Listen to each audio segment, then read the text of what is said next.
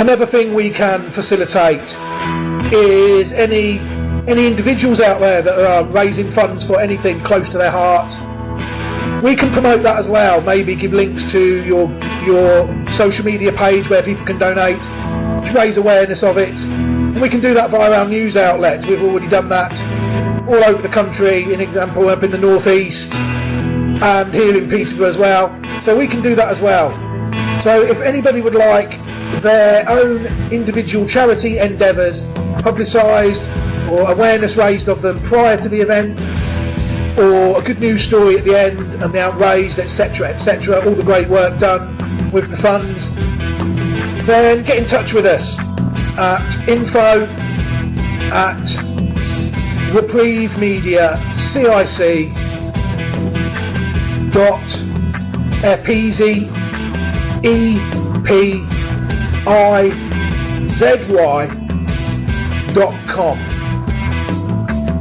I'll also give that address one more time, info@Reprieve Media CIC.epizy.com, and we will hopefully be able to, well, we will certainly be able to facilitate that as well. Look what's in my breakfast! We scanned it with the Change for Life food scanner app. There's over 30 sugar cubes in this box of cereal, plus loads of salt. Then I scanned this porridge and I got a high five for making a healthier choice. To see what's in your food and drink, download the free Change for Life food scanner app today.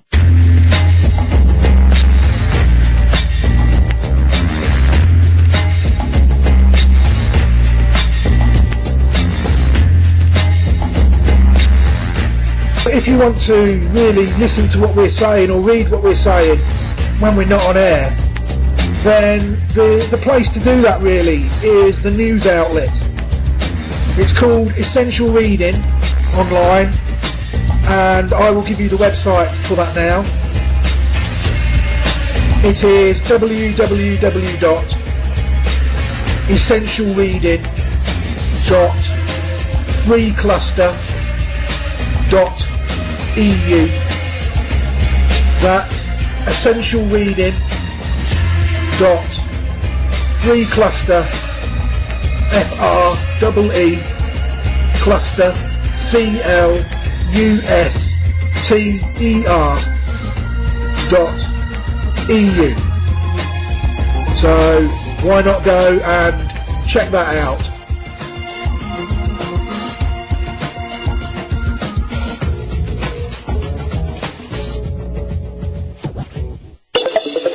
February 13th, it's World Radio Day. Through FM, longwave, digital or the internet. Radio hands you the mic, gives you the floor, listens to you. Radio, your anonymous access to verified information. On the 13th of February, let's celebrate radio together with UNESCO. Hello everybody and welcome to the Reprieve Media CIC coverage of 2019 World Radio Day. Fantastic to be with you again, same as last year. What we've got for you this year is we've found some content that UNESCO have kindly shared with us. We would have liked a lot more Peterborough based content, we're not going to lie to you folks, but it didn't really happen. Peterborough City Council excluded themselves from taking part, and we had some organisations and some events lined up, but it just never happened. But we've got a few interviews for you nonetheless regarding a charity fundraiser up in the northeast, and we've also got an interview with our logo designer ahead of a possible new logo launch that she is kindly working on for us at the moment. What we've got though at the start, as always with World Radio Day, it was opened with a message from the UN Secretary General, Mr. Antonio Guterres. So let's hear that now. Radio is a powerful tool. Even in today's world of digital communications, radio reaches more people than any other media platform. It conveys vital information and raises awareness on important issues. And it is a personal, interactive platform where people can air their views, concerns and grievances. Radio can create a community. of the United Nations, especially our peacekeeping operations, radio is a vital way of informing, reuniting, and empowering people affected by war. On this World Radio Day, let us recognize the power of radio to promote dialogue, tolerance, and peace. Thank you. Hello, everybody, and welcome to Reprieve Media CIC's coverage of UNESCO World Radio Day 2019 around dialogue, tolerance, and peace. What we've got coming up for you now is a short interview taken from the UNESCO World Radio website. In it, UNESCO spoke to Daniel P. Aldrich, who is the Director of the Security and Resilience Studies Programme and Professor in Political Science and Public Policy at Northeastern University in Boston. Aldrich has published 5 books, more than 45 peer-reviewed articles, and written for the New York Times, CNN, and many other media outlets. He spent more than 5 years in India, Japan, and Africa, carrying out field work, and his work has been funded by the Fulbright Foundation, the AIB Foundation, and the Japan Foundation, among other institutions. In this piece, Daniel discusses the effect radio can have in reducing violent extremism. It's a very interesting interview, so let's listen to it now. Thank you for being with us today, Daniel. Your research has given you an insight into how radio can be used to counter violent extremist organizations. Can you tell us a little about your work and what radio can do to promote dialogue and peaceful coexistence? Yes, I've been very lucky to do field work with the USAID and other U.S. government agencies who are trying to reduce violent extremism in the Sahel and other areas in Africa. And I think the results from our research are very positive. We see that radio programming and radios are not a silver bullet. They don't solve every problem, but they have measurable impact on reducing a number of the factors that we believe might encourage individuals to support violent extremist acts or terror groups. And we found, especially because radios themselves are widely available technology, and because radio waves and radio programming themselves are also relatively accessible across the area, we believe broadly that this can be a powerful policy tool used by people around the world, whether in developed or developing countries, to further peace building and conflict reparation. Okay. And compared to other media, what is the distinctive feature of radio that contributes to peace building? Well, several things about radio. First of all, unlike other attempts at, for example, reconciliation or face-to-face work or focus groups, radio doesn't require the individuals participating to be in the same location. And especially for areas that are underserved by government, they don't have infrastructure or strong roads, radio is going to reach populations in very remote areas. For example, women who may not be allowed by cultural norms or by local institutions to leave their home can get access to radio.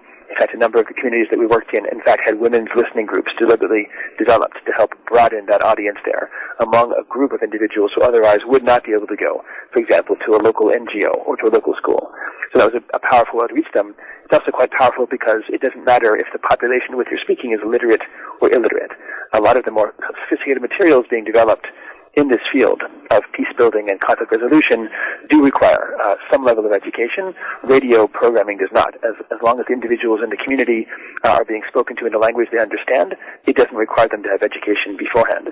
And more broadly, we think radio itself, the informal nature of radio listening, allows the program to be more powerful.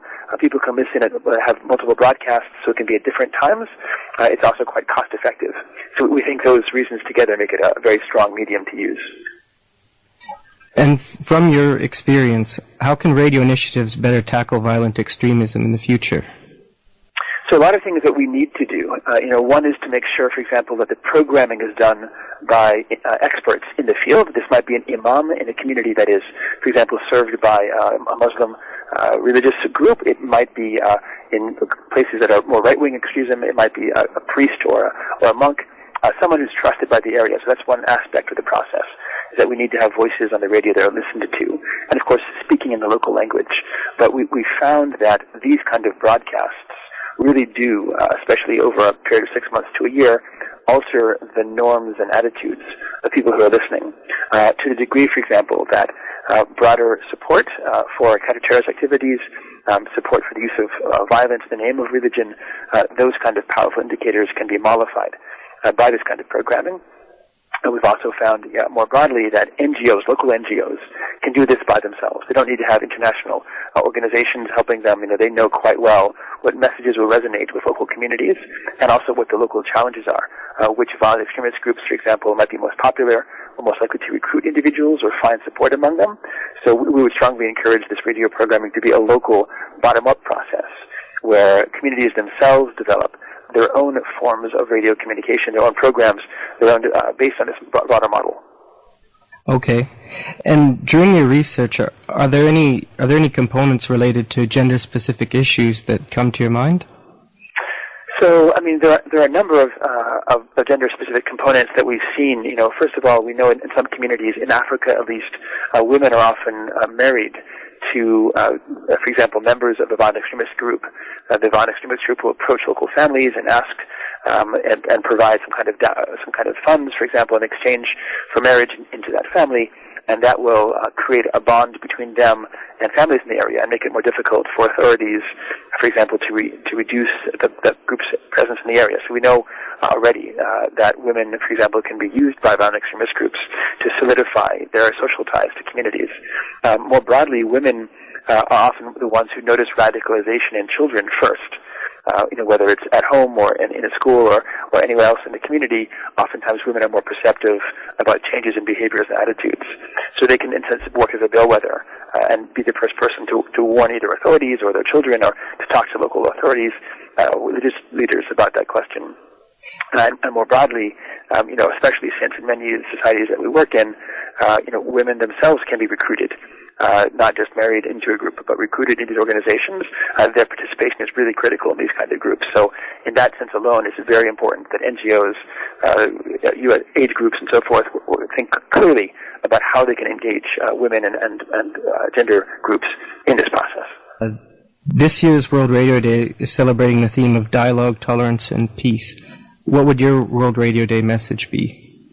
That, radio programming has a tremendous potential across the world in developing countries to reduce support and participation in violent extremist groups, whether on the right or on the left. And I think it's the growing body of research is showing how important it is we adopt what we call these softer developmental approaches to countering violent extremism, rather than envisioning that our only policy tools available in this field might, for example, be ballistic tactics using battlefield strikes or drone strikes. We think that this is a great way to assist communities to develop a broad set of skills via radio programming, among which would be the reduction in support for these violent extremist groups. Okay. Thank you very much for being with us today, Daniel.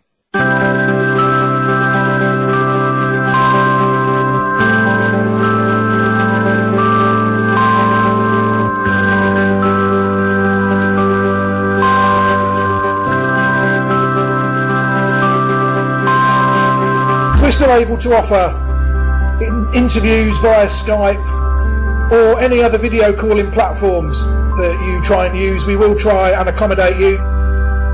If that is something that interests you, then please get in touch with us here at info@Reprieve Media CIC .epizy.com. We'll give you that address once more. It's info@Reprieve Media CIC.epizy.com.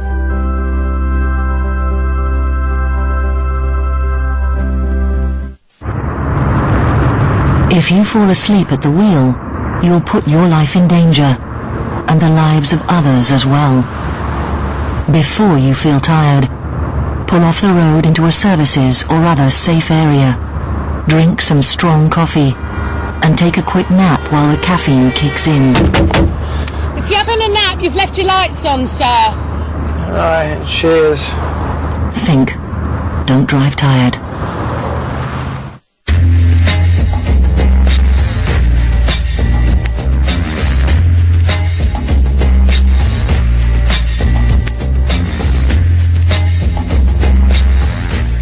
if you want to really listen to what we're saying or read what we're saying when we're not on air, then the place to do that really is the news outlet.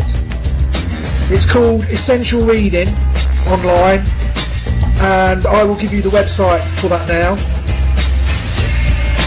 It is www.essentialreading.freecluster.eu.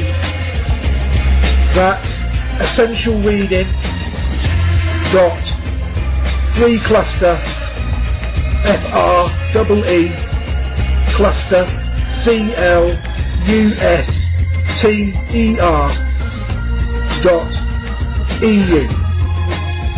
So why not go and check that out?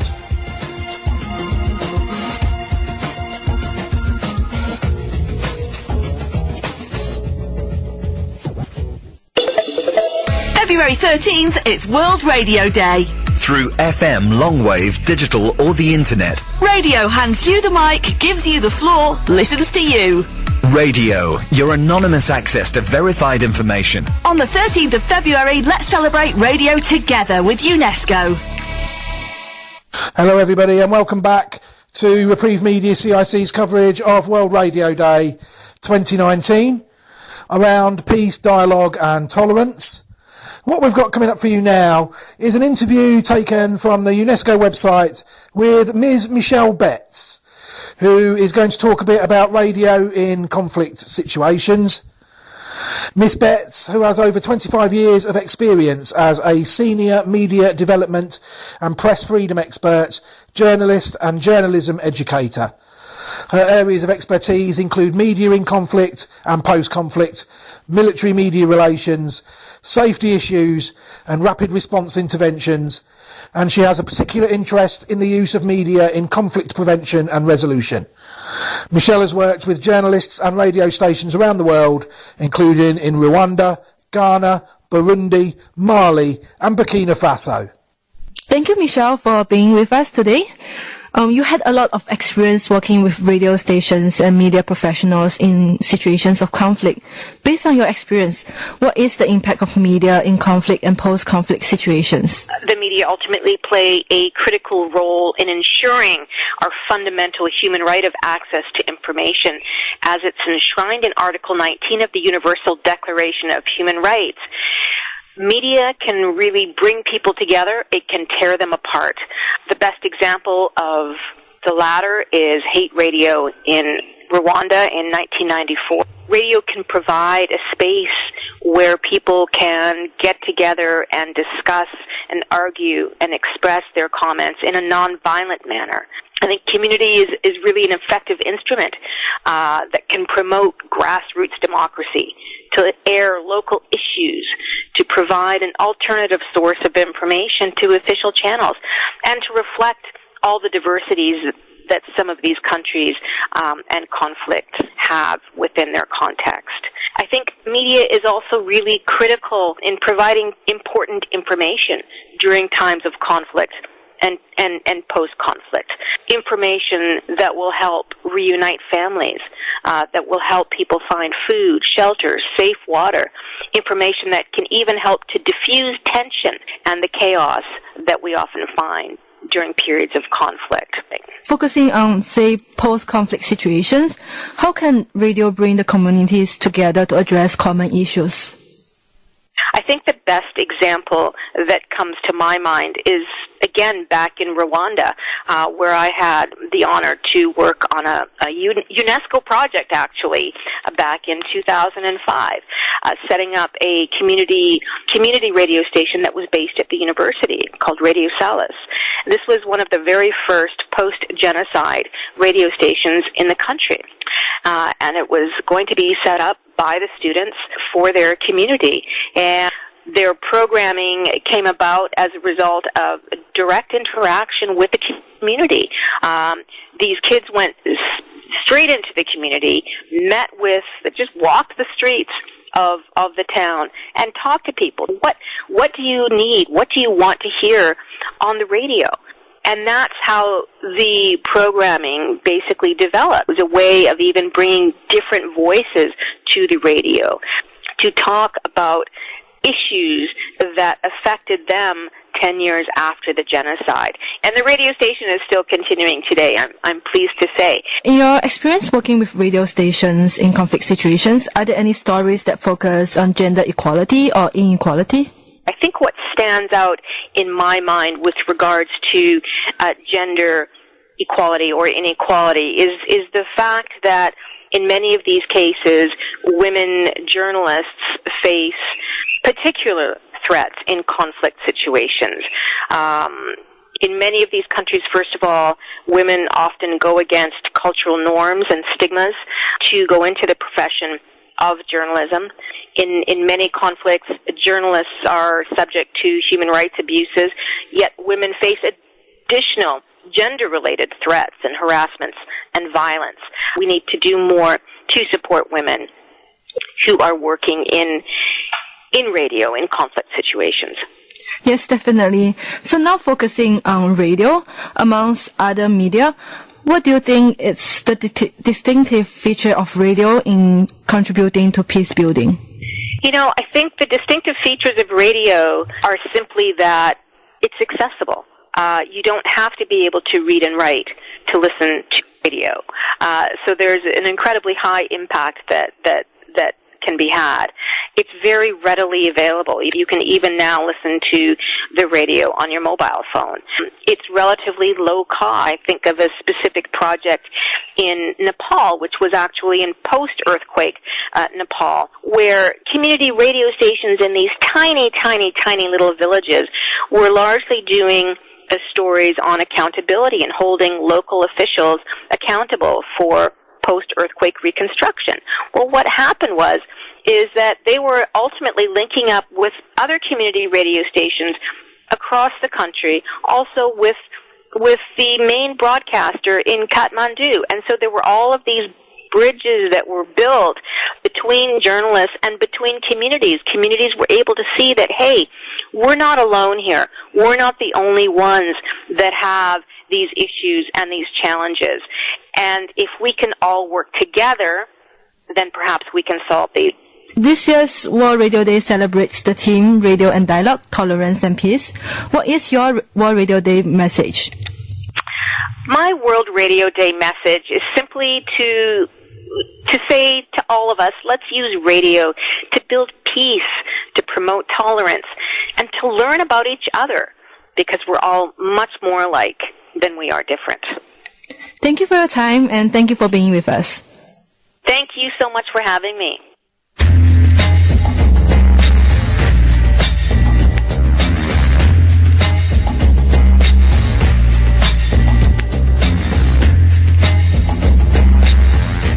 If you want to really listen to what we're saying or read what we're saying when we're not on air, then the place to do that really is the news outlet. It's called Essential Reading online, and I will give you the website for that now. It is www.essentialreading.freecluster.eu. That's essentialreading.freecluster, FREE cluster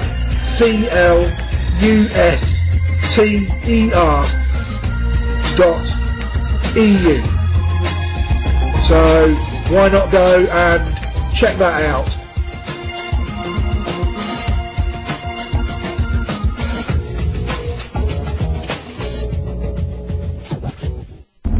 You probably think you're pretty good at multitasking behind the wheel. I mean, you have to multitask to drive. So what's wrong with checking your phone? The thing is, your brain simply for quick reply, affects your concentration, and makes you less able to react to hazards. If you use a mobile phone while driving, you're 4 times more likely to crash. Think. Put your phone away.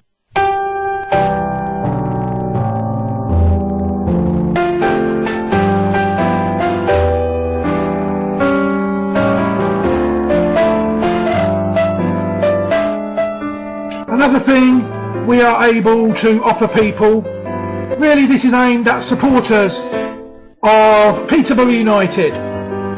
We're looking for not roving reporters to do live reports where we are technologically. That's a bit out of our grasp at the moment. But we can't see why we can't offer people the opportunity to write about the football team that they love on our website, give their opinions on anything Peterborough United related. So, if you want to write an article about Peterborough United, it could be a match you've been to, or just an opinion piece on the side at the moment, or if you would be interested in hosting a radio show about Peterborough United, maybe a discussion show, there's yourself and a couple of others that you might know, then please get in touch with us and we will be able to facilitate that. It will obviously at the moment be pre-recorded. We haven't really got live facilities, as we said, that we can offer you at the moment, but if we record say a day in advance or two in advance and then we broadcast it on say the day of a match, or it could be a review of a match where we record after the match, people spout off about how good or how bad the team are playing and we play it out the next day or something. All that is possible.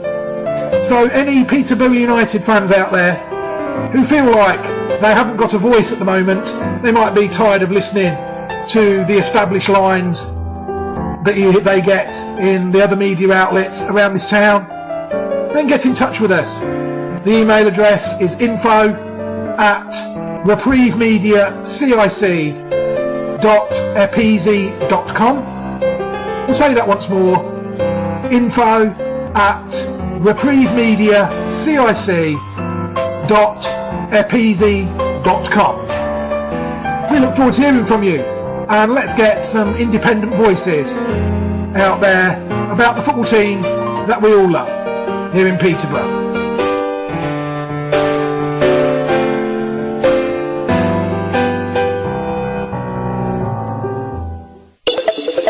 February 13th, it's World Radio Day. Through FM, longwave, digital or the internet. Radio hands you the mic, gives you the floor, listens to you. Radio, your anonymous access to verified information. On the 13th of February, let's celebrate radio together with UNESCO. Hello everybody and welcome back to Reprieve Media CIC's coverage of World Radio Day 2019 based on dialogue, tolerance and peace. What we've got coming up for you now is an interview carried out by UNESCO with a man called Michel Raffalt. He is the Executive Director of the Children's Radio Foundation, a non-profit organisation that works to develop and support youth radio projects across Africa. Michel is an anthropologist, radio producer, journalist, trainer and academic specialising in youth media and education. Before joining the Children's Radio Foundation in 2007, Michel taught journalism, media studies and social anthropology at the University of Cape Town. This chat is around the influence of radio on youth empowerment, something which is obviously very important. It's a very interesting interview and we hope you enjoy it. Thank you very much for listening. We have with us here today Mr. Michael Raffat, the Executive Director of Children's Radio Foundation. Thank you, Michael, for joining us today. You're welcome. Good to be here. Would you share with us briefly the work of your organization? So at the Children's Radio Foundation, we work with community radio stations to create opportunities for dialogue and skill building and leadership among youth in communities across Africa. And we have 75 youth radio projects across 6 countries where we give youth the tools and the skills to produce radio and really put them in the driving seats of radio stations. And our goal is really to get them in conversation about the issues they face and to use radio in their communities to work together to tackle some of the most pressing issues. So in these radio projects, how do the youth participate in them? Well, we have a philosophy of working with young people where we're not always choosing youth who are the the best and the brightest and the loudest and the most articulate, but we're really looking for young people who can benefit from the skills of learning radio. So perhaps it is a boost in confidence or some leadership skills, communication skills. So at each of our community radio sites, we work with local radio stations to select a really wide range of youth from the community. So this involves mapping out the community to look at some of the own divisions and differences that may not be evident on the surface, and to really make sure that they're creating a group of youth radio reporters who represent the diversity of their community. And by doing that, we're really seeing ourselves as enabling a much richer conversation of varying perspectives where young people can work together in the community to really tackle the issues that are important to them.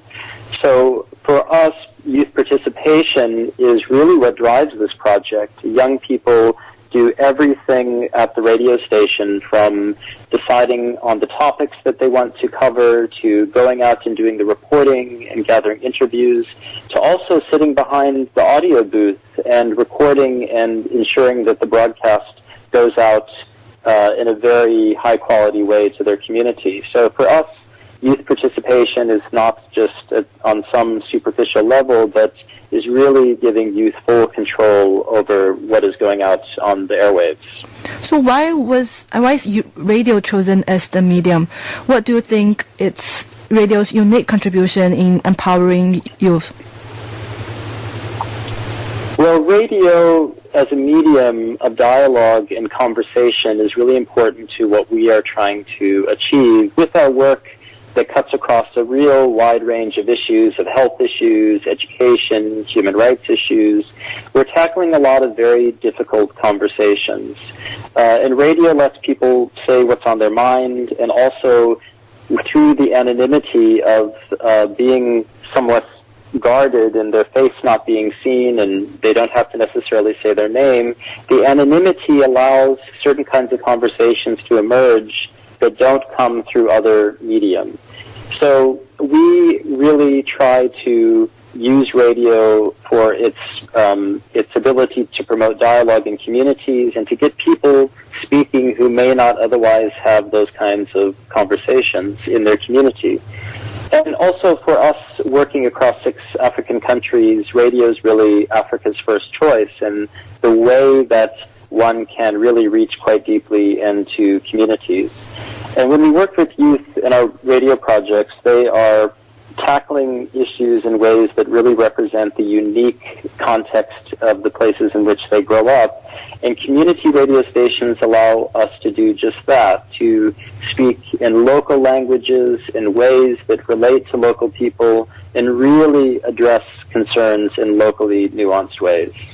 So can you share with us some of the local issues that are discussed in your youth radio projects?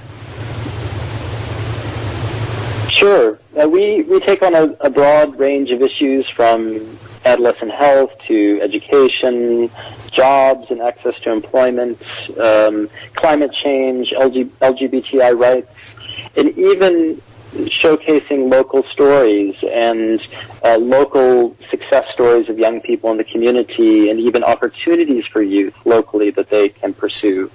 Each of the youth radio shows represents a really entertaining and informative mix of content that youth are going out and collecting in their communities, and using radio production guides that give them the factual content they need to produce a really high-quality show about the issue. So they're not just saying what's on their mind, but they're being informed by research and data about what the specific issue, how it manifests itself in their community. So more than anything, we're really interested in the fact that young people can go out and map these issues as they are happening in their own community, and really use that as a way of tackling the health, the education, or other human rights issues. For example, in one community in South Africa, it might mean that youth who are migrants are excluded from education, and their struggle is to be seen and heard and to be enabled to go back into the school system. But a community down the road may have a very different issue where they have high levels of dropouts. So working with community radio stations, youth and communities are able to make the wider community aware of that and get them talking about it and addressing that. So we really use our programs to bring out those kinds of local nuances and get those conversations started. So do young people also participate in decision making about the topics that they want to do? Yes, youth do everything from deciding the topic to dictating the approach that they want to take to a particular topic. How we work is at each radio station we have a mentor who is usually an employee of the radio station who helps to guide the young people through the process, but is very focused on the fact that youth are directing and guiding this process and making their own decisions.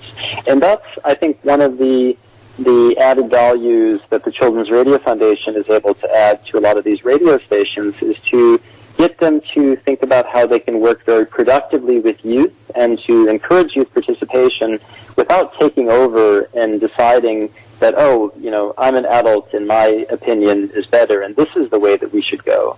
Youth participation takes a little bit more time, and there's a lot of learning that happens along the process.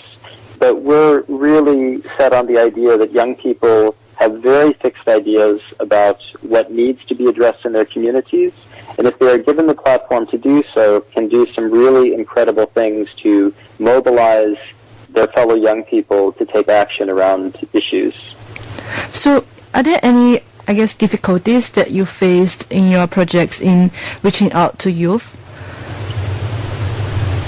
I think some of the difficulties we face in reaching out to youth would be around talking about quite sensitive topics where young people are maybe very openly and freely speaking about issues of sex and health issues and maybe some difficult conversations they wouldn't otherwise have with their parents or elders in their communities. And we sometimes get elders and family members calling into the radio stations and saying things like, what gives you the right to talk about this topic? You're a young person.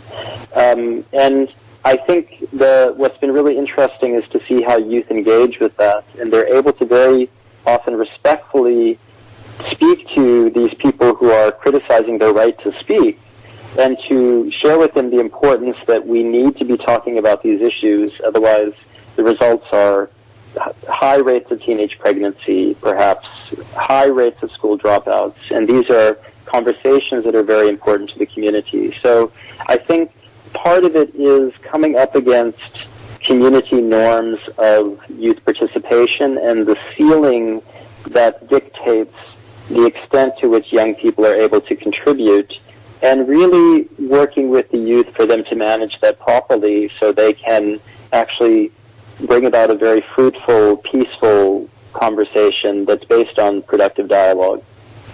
Does any of your projects focus on the topic of gender equality or inequality? Yes. In our work, gender and power, they're at the heart of all that we do. And we make sure that every issue that we take on, from health to education to human rights, is really examined from a gender perspective. So education, for instance, how are young girls perhaps excluded from schools in certain areas in Zambia? Or how is their education not invested in by their families?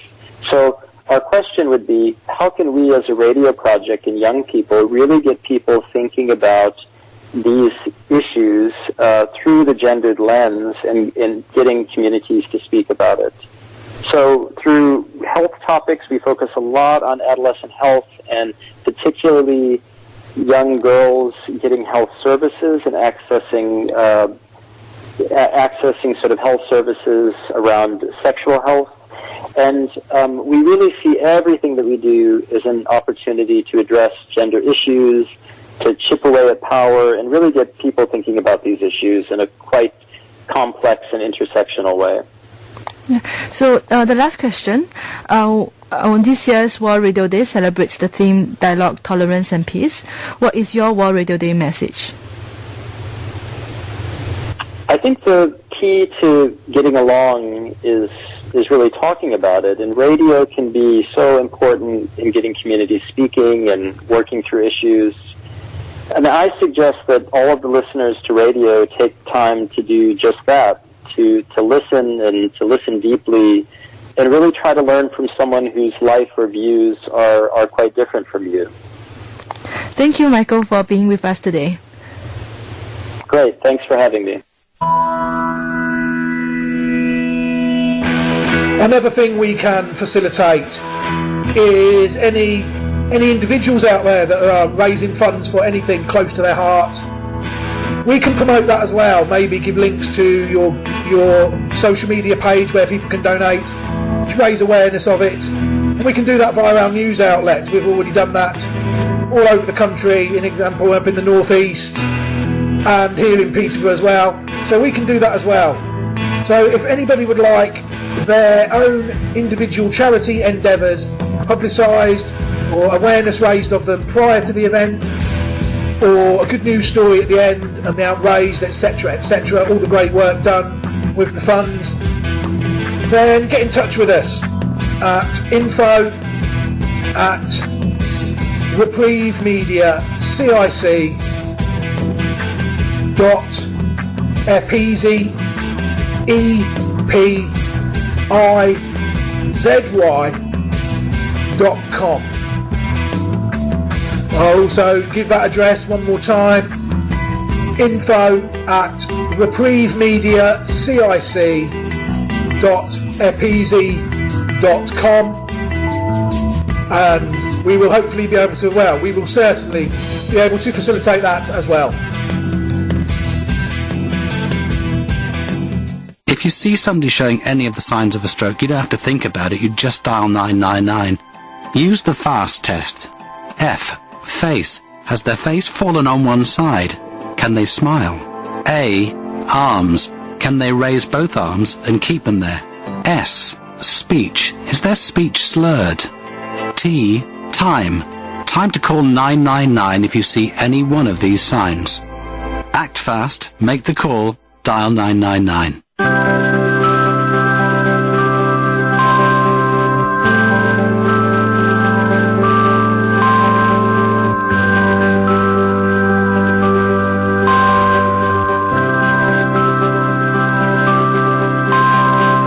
We're still able to offer interviews via Skype or any other video calling platforms that you try and use. We will try and accommodate you.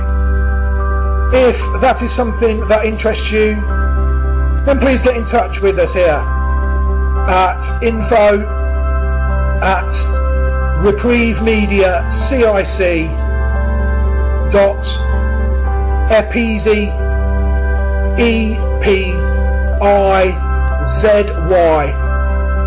EPIZY.com. We'll give you that address once more. It's info@Reprieve Media CIC.epizy.com.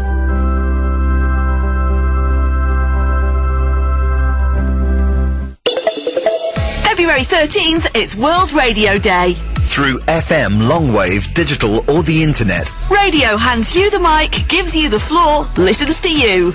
Radio, your anonymous access to verified information. On the 13th of February, let's celebrate radio together with UNESCO. Hello everybody and welcome to Reprieve Media CIC. And my name is Paul Newman, and thank you very much for joining us today. As always, it is very much appreciated. Right, what we've got coming up for you now is those of you who are shrewd enough to have been reading our articles recently will have known about a charity fundraiser that we've written about in our news outlet, Essential Reading, promoting a charity head shave. A man called Desmond Whip up in Newcastle. We're delighted now to be joined by a lady that, well, in my opinion, has gone beyond far and away the call of duty around this event, because she has kindly allowed Desmond, or Des as he likes to be known up there, to use her restaurant to put on a bit of an event on the day, folks, for the good people up in the northeast. They can go along and just have a look round at Basement Snacks and watch the head shave and take part in the day, really.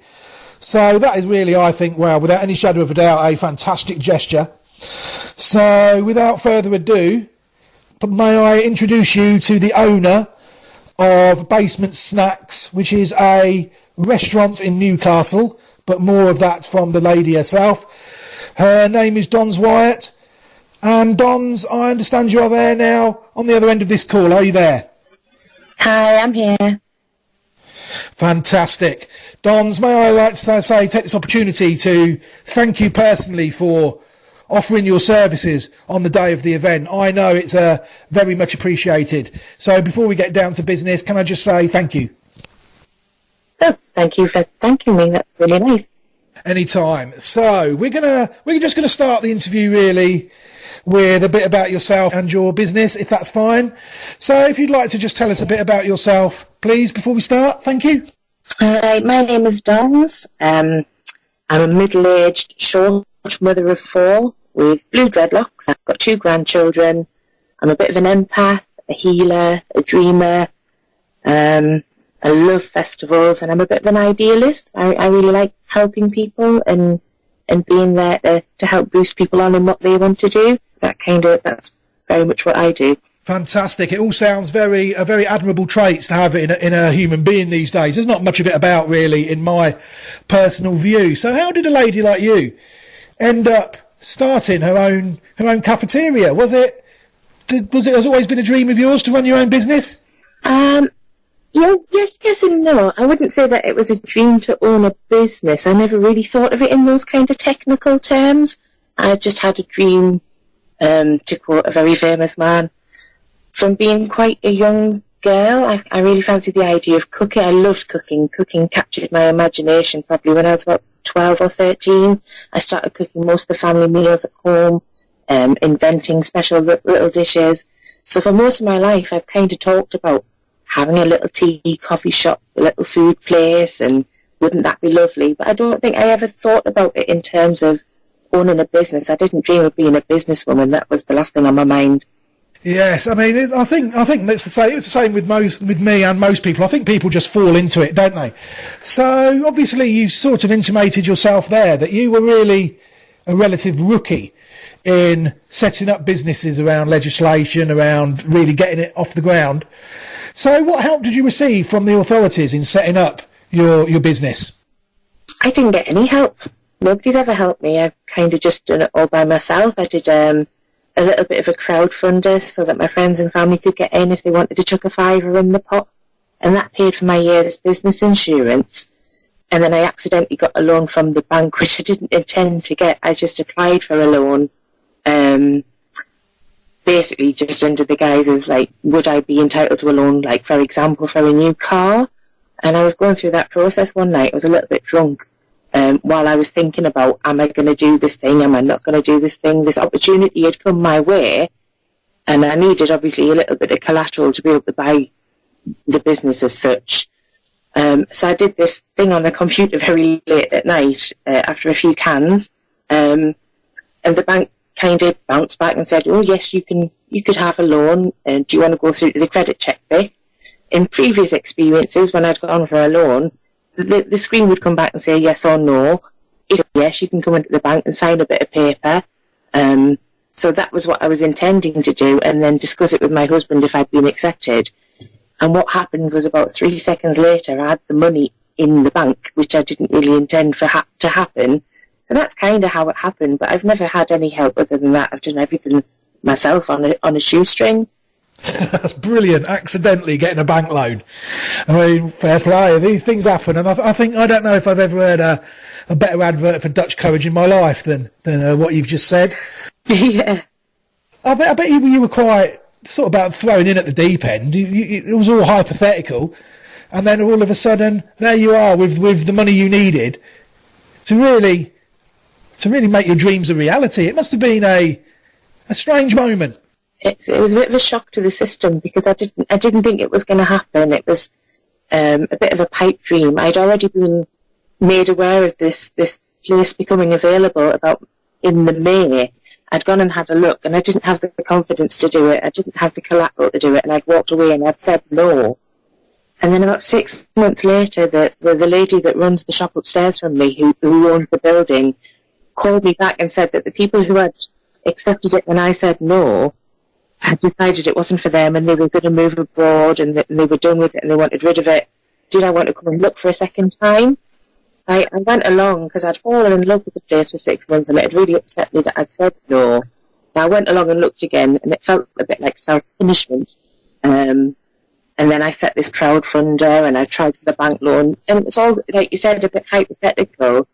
Didn't really expect it to happen, but I was in a place in my previous work life where I was a little bit broken and I really needed a change. And then all of a sudden, whoosh, within about 4 weeks, I'd gone from working this job that I'd worked in for 6 years to signing contracts for a cafe. And it never felt real. It was very strange, very real. So you mentioned your previous job there. What did you do before you started with Basement Snacks then, Dons? I'd been working in care off and on for about 13, 14 years.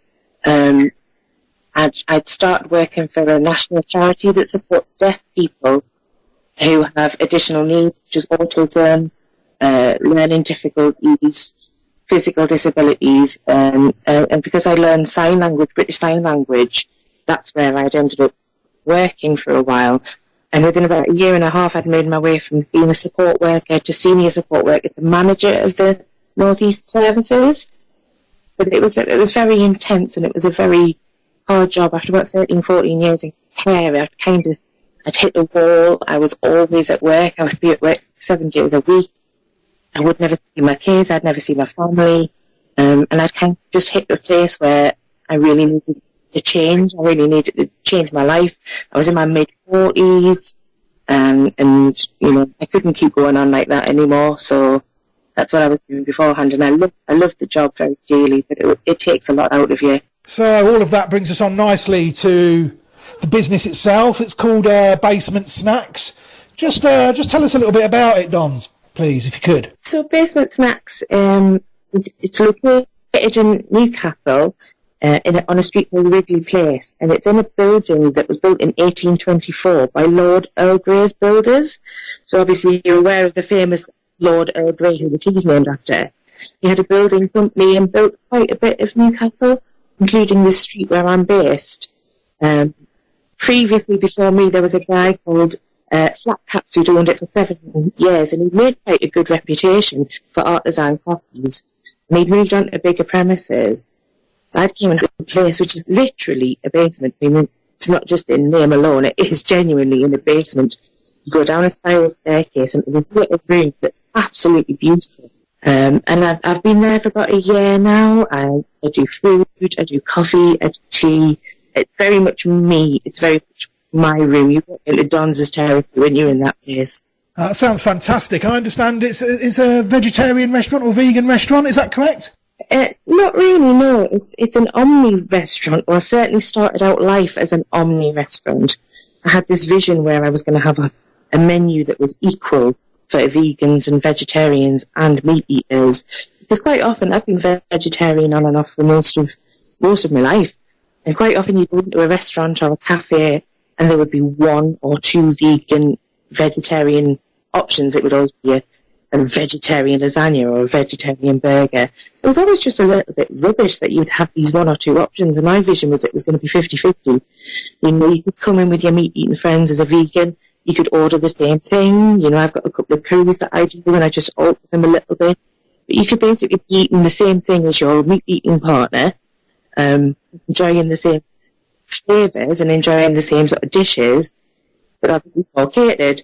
So that was kind of the dream. I kind of feel like I'm being filtered a little bit down the vegan route. I just had Veganuary where I went pretty much vegan to support Veganuary and encourage people to try meatless dishes that might not have done that beforehand. For the moment, I've kind of stayed. I've still got a few things on the menu. I haven't started a new menu yet, and it's been quite a hit. There's a lot of people come down and check me out a little bit more because I am just vegan at the moment, but I didn't want to stay that way because obviously it alienates an audience, it alienates people. It goes away from the vision that I have. So I'm not a vegan veggie place only, but I certainly wanted to be a 50-50. It just happens at the minute that the vegan and the vegetarian stuff seems to have really hit off. Oh, fantastic. I mean, obviously, if you're supplying what your customers want, then you're onto a winner. You mentioned that a lot of people pop down to Basement Snacks. Where would you advise people to check out Basement Snacks before they have a look? Where can they find menus and more about the business? I have some social media. I have Facebook, Twitter, Instagram. Facebook and Instagram are quite good. They've got pictures of the food that I do and the drinks that I do. Some of the menu boards go on there, so you've got an idea of what's going to be on and what the prices would look like. But my menu can change quite frequently. I would go shopping, I would see a set of ingredients if that's what I'm going to cook that day. So it's very changeable. I would never have a set menu that's up all the time. It's a case of kind of come in and see what I've got on that day, or come in and see what I've got on that week. I only do very small batches of dishes. So if I'm at a curry, I might only do 9 or 10 portions. You've got to get it while it's there, because then I'll move on and do something different. My Twitter account's a bit rude, so I wouldn't want anyone that goes on it, but I swear quite a bit. I'm a little bit more myself on that particular account. But Facebook and Instagram are quite clean and nice and safe. The best place, and they're obviously both called Basement Snacks, the names for that account, for those accounts, yeah? Yeah, that's right, yeah. If you do a search for Basement Snacks, I pretty much will be the only person that'll come up. Fantastic. So you touched on things there that you like to do, the different things, and you class yourself as quite a versatile restaurant. We're just going to touch on something quickly that happened last week at Basement Snacks. You were actually a proud supporter of a vegan restaurant week, I understand, Dons. Yeah, I was approached by a blogger on Twitter to see if I wanted to take part and do something on Vegan Restaurant Week, which I felt quite honoured that someone thought that I would be good enough to go on to that, because it's not something I would have considered before. I wouldn't have pushed myself forward for that. But throughout the last year, I've come in very quietly because I've got no experience and I'm kind of learning on the job. I've literally jumped from being a care worker and a manager into a kind of restaurant business. So I kind of came in very quietly. I've never done anything very big. I haven't advertised myself. So to be put onto somebody's map in that way, to be on someone's periphery and say, well, do you want to come and join us and be part of this? And they promoted me a bit. They put me on the lists of restaurants that were taking part in Vegan Restaurant Week. And that was great. That was great to be noticed and wanted to be part of that. It felt a real honour. And it was good because it brought people that had never been to my place who might not have heard of me before, because I've been so quiet. And I hadn't advertised myself in many places. It just gave me a bit of an opportunity to be seen by people that hadn't seen me before and didn't know I was there. Because my shop, it being in a basement, it's literally invisible. You don't see it from the street. You could walk past the shop a million times and not know I was there unless you know I'm there. So it was nice to be put on the map a little bit. Fantastic. I mean, it sounded like you had a great week and you really had a good time and enjoyed it. I did. It was a very steady week because I'm sort of underground and not known about. A lot of people would just pass on by.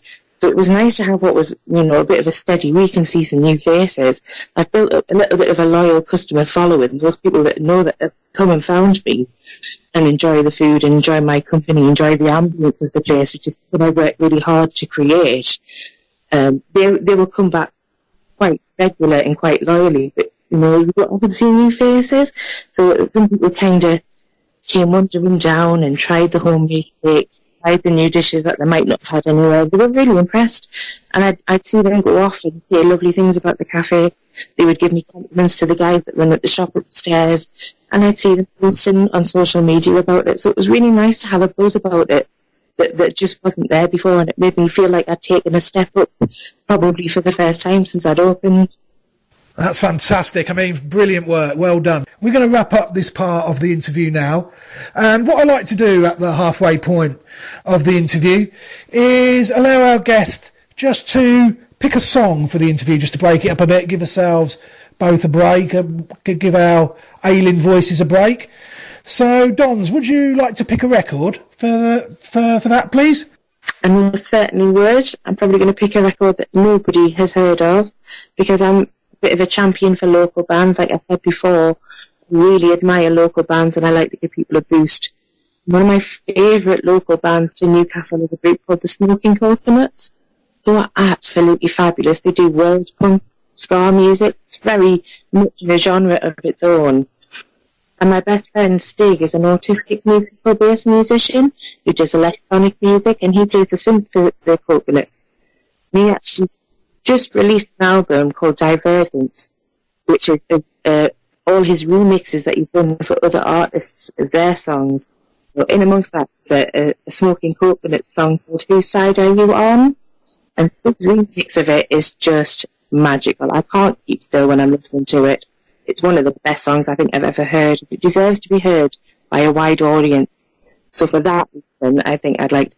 Okay, the song is called Whose Side Are You On? By a band from Newcastle called the Smoking Coconuts, and it has been remixed by a Newcastle musician called Stig, who can be found under the name of Stig Music. Fantastic. I mean, that sounds as good a reason as any for a reason to play a record. Fantastic to promote local artists, as you said. So this song is presented by Don's Wyatt, and it's by the Smoking Coconuts, and it is called Whose Side Are You On?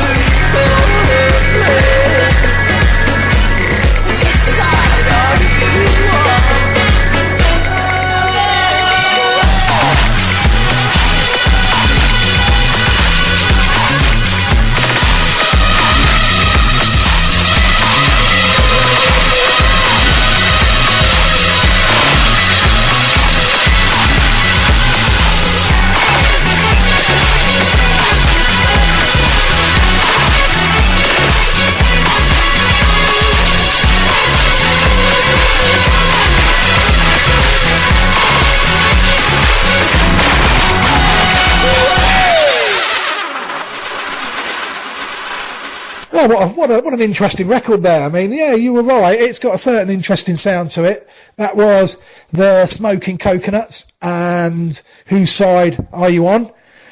And this is Reprieve Media CIC. We're just taking a quick look at a charity event that's taking place on the 16th of February. this month, 16th of February this month. Bum bum, 16th of February this year. And we are joined now to continue the interview with Dons Wyatt. She is the owner of Newcastle-based restaurant Basement Snacks. Dons, are you there? I'm here. Hi, Paul. But there's plenty going on there at Basement Snacks. I mean, I've obviously, since I became aware of your fantastic offer to help Des on the day of the charity event, more of that soon, folks. There's actually quite a lot going on at Basement Snacks. You've touched on before when we spoke earlier about you are a very community-minded person, and you do see Basement Snacks as, well, a hub where you envisage that people can meet up, and you put on a fair few events there, don't you? I mean, if you'd like to talk about them for a bit, then feel free. I do. I think I always saw it as a community vision. When I envisioned the place that I was going to have, it would have to have certain qualities to it, because obviously it embodies me. The business is me. I don't have any help. There isn't a cleaner or a pot washer or a cook or a barista or a front of house. It's all me. I literally do everything from scratch by myself. And I had huge visions of the place being communal, filled with music, filled with various different people that would come in and use it. I'm very much an all-encompassing girl that doesn't discriminate against anybody. I wanted a place where people could come and feel safe and calm because of the atmosphere and the ambience of it. You know, I'm right next to what is essentially the most busiest shopping street and shopping centre in the northeast. Other than the Metro Centre, I'm next to Northumberland Street, which is the most famous street in Newcastle. And it gets very, very busy, and you've got the Eldon Square, which is absolutely chock full of people. And I know that people have major issues going into town and get a bit panicky, get a bit overwhelmed. I wanted to offer this place that you could just step off from the side of Northumberland Street and come down to the cafe and just sit and chill and feel better. I want people to walk out of that place feeling different from how they walked in. So I've worked very hard to put different events on. I've put music events on. I put a deaf awareness course on, where I taught people a little bit of sign language and how to communicate with deaf people in a way that was more accessible. Do storytelling. We've had poetry days.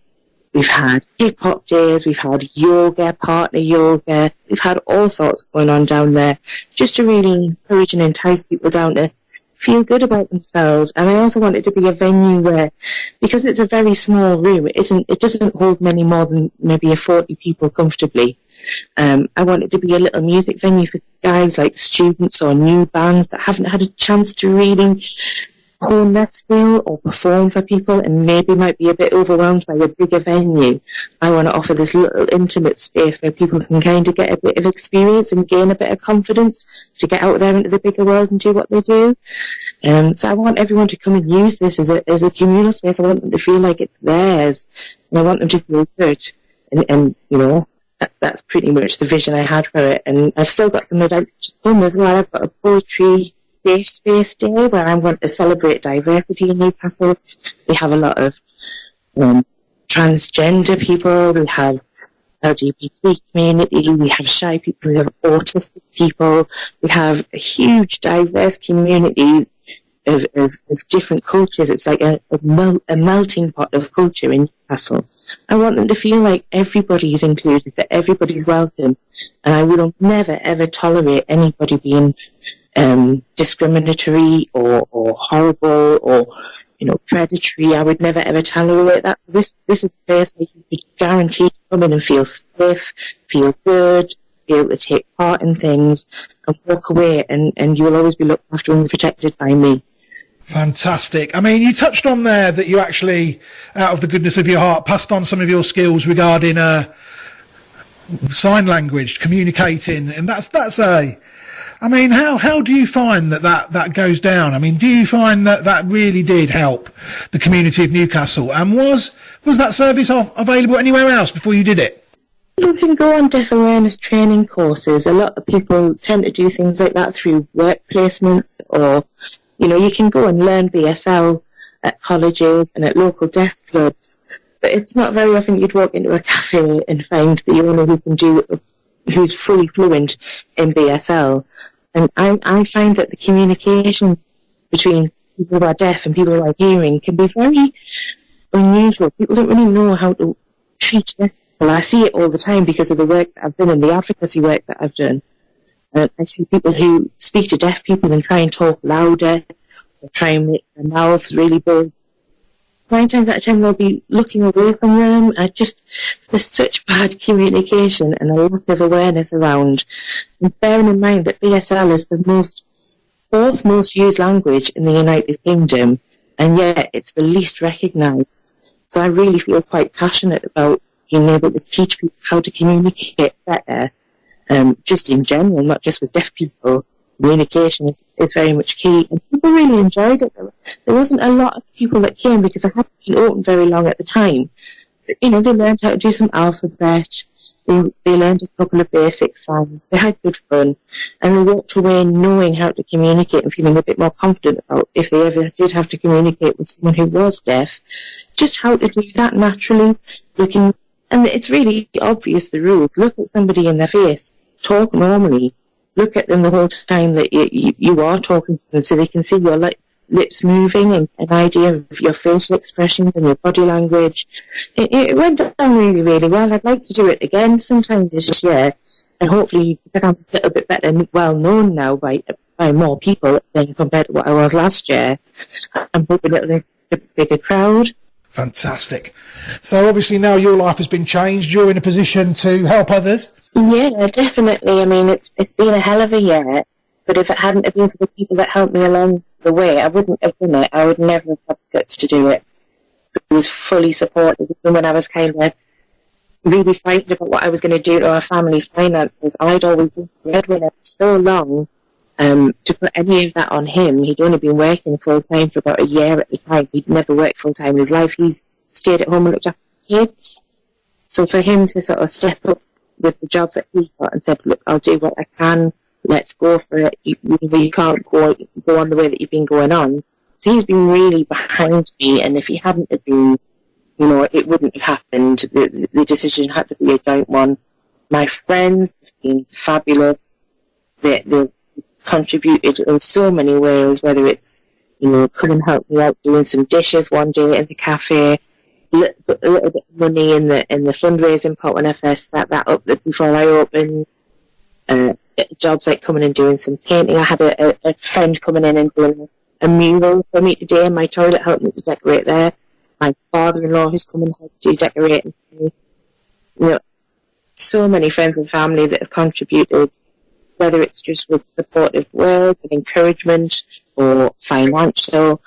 People that gave me things. I put a shout out on Facebook before I opened saying that it was a few things that I did. People just stood up in droves. Whether it was a bit of equipment like a panini machine or a grill, or my mother-in-law who went and bought me a soup maker. So many people stood up and supported me, and that really meant the world. I think I discovered last year just how loved I was. Really like an army of friends that I've got and how wonderful they are. And I think that the people I would to thank. It means the world to us. They've changed my life. Kind of leads us on nicely to the charity event that you've kindly got involved with, and that's taking place on the 16th of February, is that correct? That's right, yeah. From 2 o'clock on the 16th of February, Mr. Desmond Whip will be in to shave off his dreadlocks. He's had them for 16 years, and sadly he lost his mum to cancer. Because of that, he's willing to do something that gets rid of the things that mean so much to him. Off the comb, he's going to go completely bald. Be quite strange. I've never known guys not have them before. I met him through work. He actually came to work for me while I was working at the last services that I was supporting people. He came in as an agency worker and then started working with me for a little while. He's just a really wonderful and warm guy with a big heart. He always impressed me. I always liked him very much. And obviously we parted ways when he left the company to do a different job. We parted ways. I didn't see him very often. When I heard about the event that he was doing, I thought it was just a wonderful thing to do. He's had his dreadlocks for 16 years. I've got dreadlocks, so I like dreadlock twins. I've only had mine for about a year, and I absolutely adore mine. I would hate the thought of having them shaved off. You know, they've absolutely changed my identity with myself. The fact that he's going ahead to do this thing, like, to raise money for what took his mum away, just, you know, it really touched my heart, and I really wanted to do what I contacted me to see people and do it in the basement as a venue, and I was absolutely thrilled and honoured that he thought of me. Of course, he can do it. And then on the day, you know, we're going to get the money in the bucket. We're going to try and raise as many pennies as we can to make this really worth what he's sacrificing, really worth what he's doing it for. So we've invited as many people as we can. We're trying to make the event shared as possible, and we're going to have buckets out. And I've made an agreement that any food or drink that I sell on the day, the people trying to pay in full price for them, but 10% of all of the sales will be going directly into the bucket rather than the till. Let's try and make that a day where, you know, we really make a difference. Yes, and like you said, you are putting anything that you take on the day, you will actually be donating 10% yourself to Desmond's Appeal. And on the day, you are catering for a crowd, aren't you? People are more than welcome to come on the day to Basement Snacks and watch this event and take part in this event, aren't they? They certainly are. I would imagine they'll be invited to help do the actual show. Maybe people can cut a dreadlock off. If you want to get and entertain our little crowd, play a little bit of music, everyone would be welcome, and everyone would be welcome to participate in any way that they want to try and make it as meaningful and as special as it can be, just for Des, really, and his family. Fantastic. And is this the first charity? Have you ever done many charity events like this at Basement Snacks, or is this the first one that you've done? No, we had an Oxjam event last year, which was a day of music. Local bands came in, and we had a bucket on the floor for that. And Oxjam is kind of like a bit of a national charity that's connected to music and Oxfam, raising money for Oxfam through music events. So we've had one of them in there before. Right, I think we've said all that needs to be said now. So without further ado, we're gonna wrap this interview up now. Dons, quickly before you go, can you just remind everybody where they can see the event, date and time, please, and where they can go? If you come to my page, Basement Snacks, that's SNAXX, as in Basement Jacks, but Basement Snacks. You can find me on Facebook, you can find me on Twitter, and you can find me on Instagram.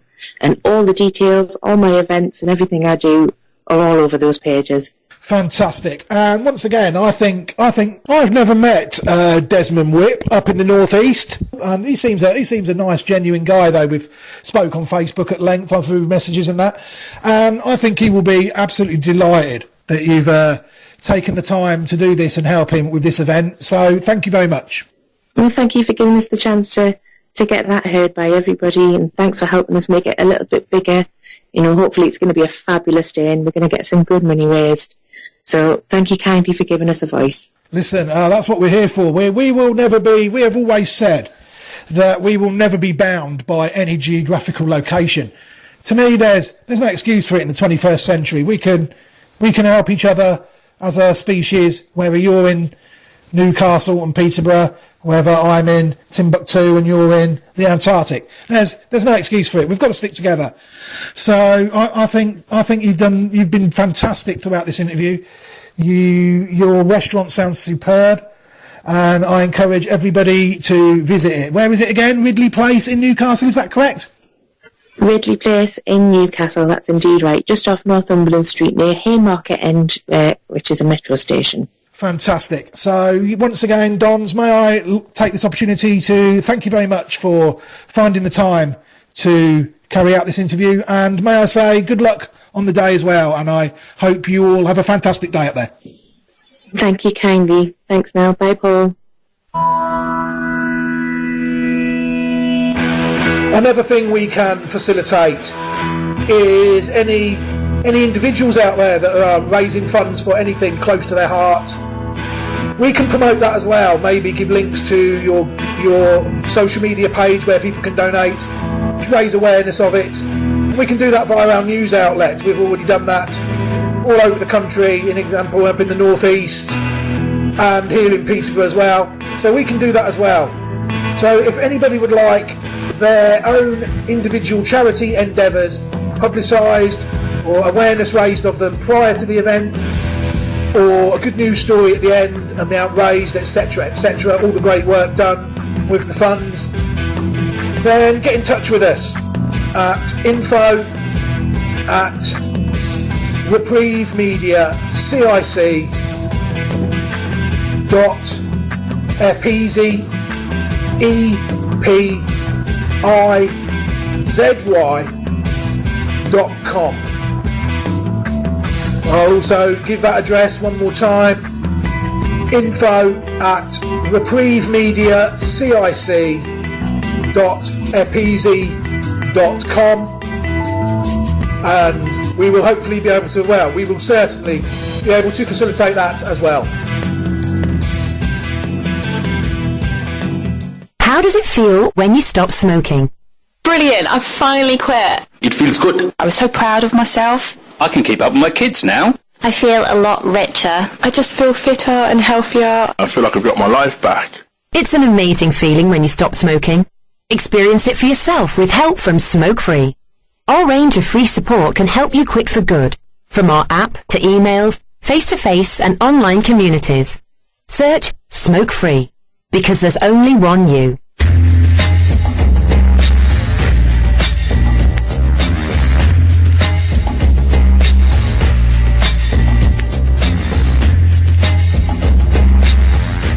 If you want to really listen to what we're saying or read what we're saying when we're not on air, then the place to do that really is the news outlet. It's called Essential Reading online, and I will give you the website for that now.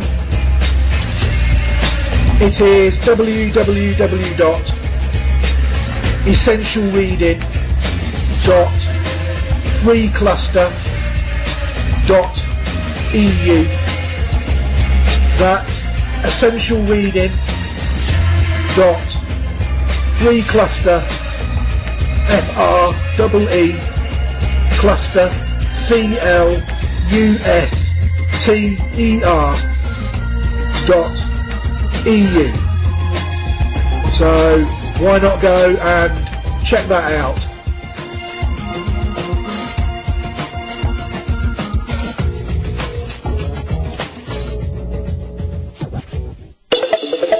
February 13th, it's World Radio Day.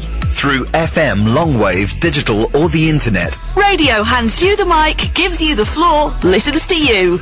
Radio, your anonymous access to verified information. On the 13th of February, let's celebrate radio together with UNESCO. Hello everybody and welcome back to Reprieve Media CIC's coverage of World Radio Day 2019 around peace, dialogue and tolerance. What we've got coming up for you now is an interview which UNESCO carried out with Mr. Abraham Tarnat. He is the programme manager behind Aboard Matter, a radio series recently launched by the International Organisation of Migration. Thank you very much for listening. Thank you, Abraham, for joining us. So in October 2018, the International Organization of Migration launched a radio series about Matter. Would you share with us what this series is about? Okay. The Aboard Matter is a 13-episode, 30-minute weekly radio program composing of radio drama titled Waka Well, with testimonials of returnees, live chats with experts and returnees, and where also the audience can call in for interviews or to ask questions on migration issues. It is a part of our promoting the use of communication for development as a concept in crafting and disseminating messages aimed at promoting behavioral change towards migration, safe migration as a whole. So why was radio chosen as the medium and perhaps not TV?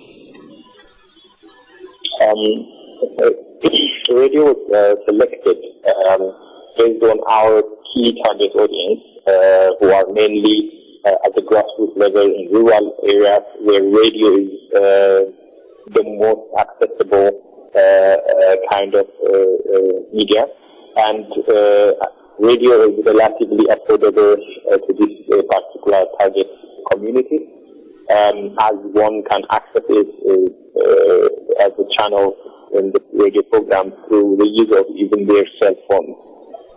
Focusing on the issue of migration, what do you think is radio's contribution? As a whole, radio has a wider audience base than the other channels that we have, the other media that we have around here. And in particularly in relation to migration, one of the main issues in migration challenges is the misconceptions, the myth that needs to be demystified about migration, about the true potential of migration to development, and how migration can benefit the society and the communities and the migrants themselves. And also in contributing radio, it could be very powerful in promoting the social reintegration of returnees once they go back home by communicating the right and the correct information to migrants and returnees to the civil community. Radio can also be used to actually combat the kinds of challenges migrants face, such as xenophobia. In your radio series, how is audience participation managed? Audience participation is managed at two levels. One is it's managed through a live phone interview during the radio program on the show, where the audience can contribute to the conversation. They can chip in their ideas on ways of promoting safe migration and in identifying the key challenges they are facing in the community and how they relate to the story in the radio program, and getting answers from experts that are participating in that radio program. Furthermore, at another level, such conversations are also referred to services provided, live chat and other services provided by the migrant resource centers. So in your stories, which of them focus on gender equality or inequality? Okay, so all of our stories and programs, they are from the very design, they are designed to focus on promoting gender equality, targets if there are gender inequalities identified throughout the migration experience. The parents, volunteer works that are also supporting this radio program at the community level are all composed of both male and female, and it balances gender aspects to make sure that the right message is disseminated in the community. This year's World Radio Day celebrates the theme Radio and Dialogue, Tolerance and Peace. What's your World Radio Day message? Our migration, as a whole, is a global trend, and that is one of the most misunderstood areas, where negative connotations, intolerance, and then is actually witnessed against migrants. There is a need for dialogue among various stakeholders, and this can be done through the use of radio, which is a very effective and affordable tool to ensure participation starting from the grassroots level and convey the accurate message on safe migration. So dialogue to result in safe migration would be. Okay. Thank you for your time, and thank you for being with us today.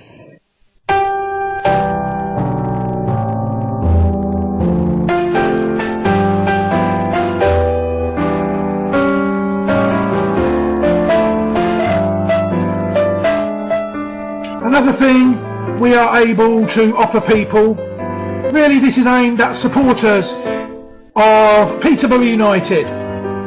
We're looking for not roving reporters to do live reports, where we are technologically, that's a bit out of our grasp at the moment. But we can't see why we can't offer people the opportunity to write about the football team that they love on our websites, give their opinions on anything Peterborough United related. So, if you want to write an article about Peterborough United, it could be a match you've been to, or just an opinion piece on the side at the moment, or if you would be interested in hosting a radio show about Peterborough United, maybe a discussion show, there's yourself and a couple of others that you might know, then please get in touch with us and we will be able to facilitate that. It will obviously at the moment be pre-recorded. We haven't really got the live facilities, as we said, that we can offer you at the moment, but if we record, say, a day in advance or two in advance, and then we broadcast it on, say, the day of a match, or it could be a review of a match where we record after the match, people spout off about how good or how bad the team are playing, and we play it out the next day or something. All that is possible. So any Peterborough United fans out there who feel like they haven't got a voice at the moment, they might be tired of listening to the established lines that they get in the other media outlets around this town, then get in touch with us. The email address is info@reprievemediacic.epeasy.com. We'll say that once more, info@reprievemediacic.epeasy.com. We look forward to hearing from you, and let's get some independent voices out there about the football team that we all love here in Peterborough.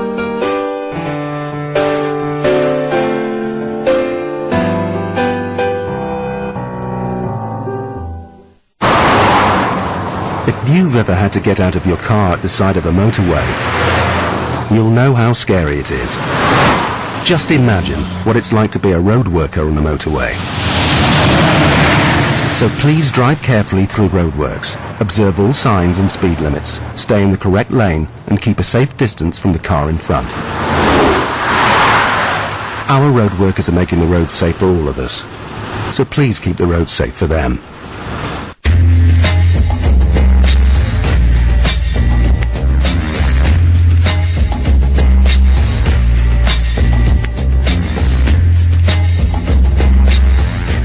If you want to really listen to what we're saying or read what we're saying when we're not on air, then the place to do that really is the news outlet. It's called Essential Reading online, and I will give you the website for that now. It is www.essentialreading.freecluster.eu. That's essentialreading.freecluster, FREE cluster CLUSTER.EU. So why not go and check that out?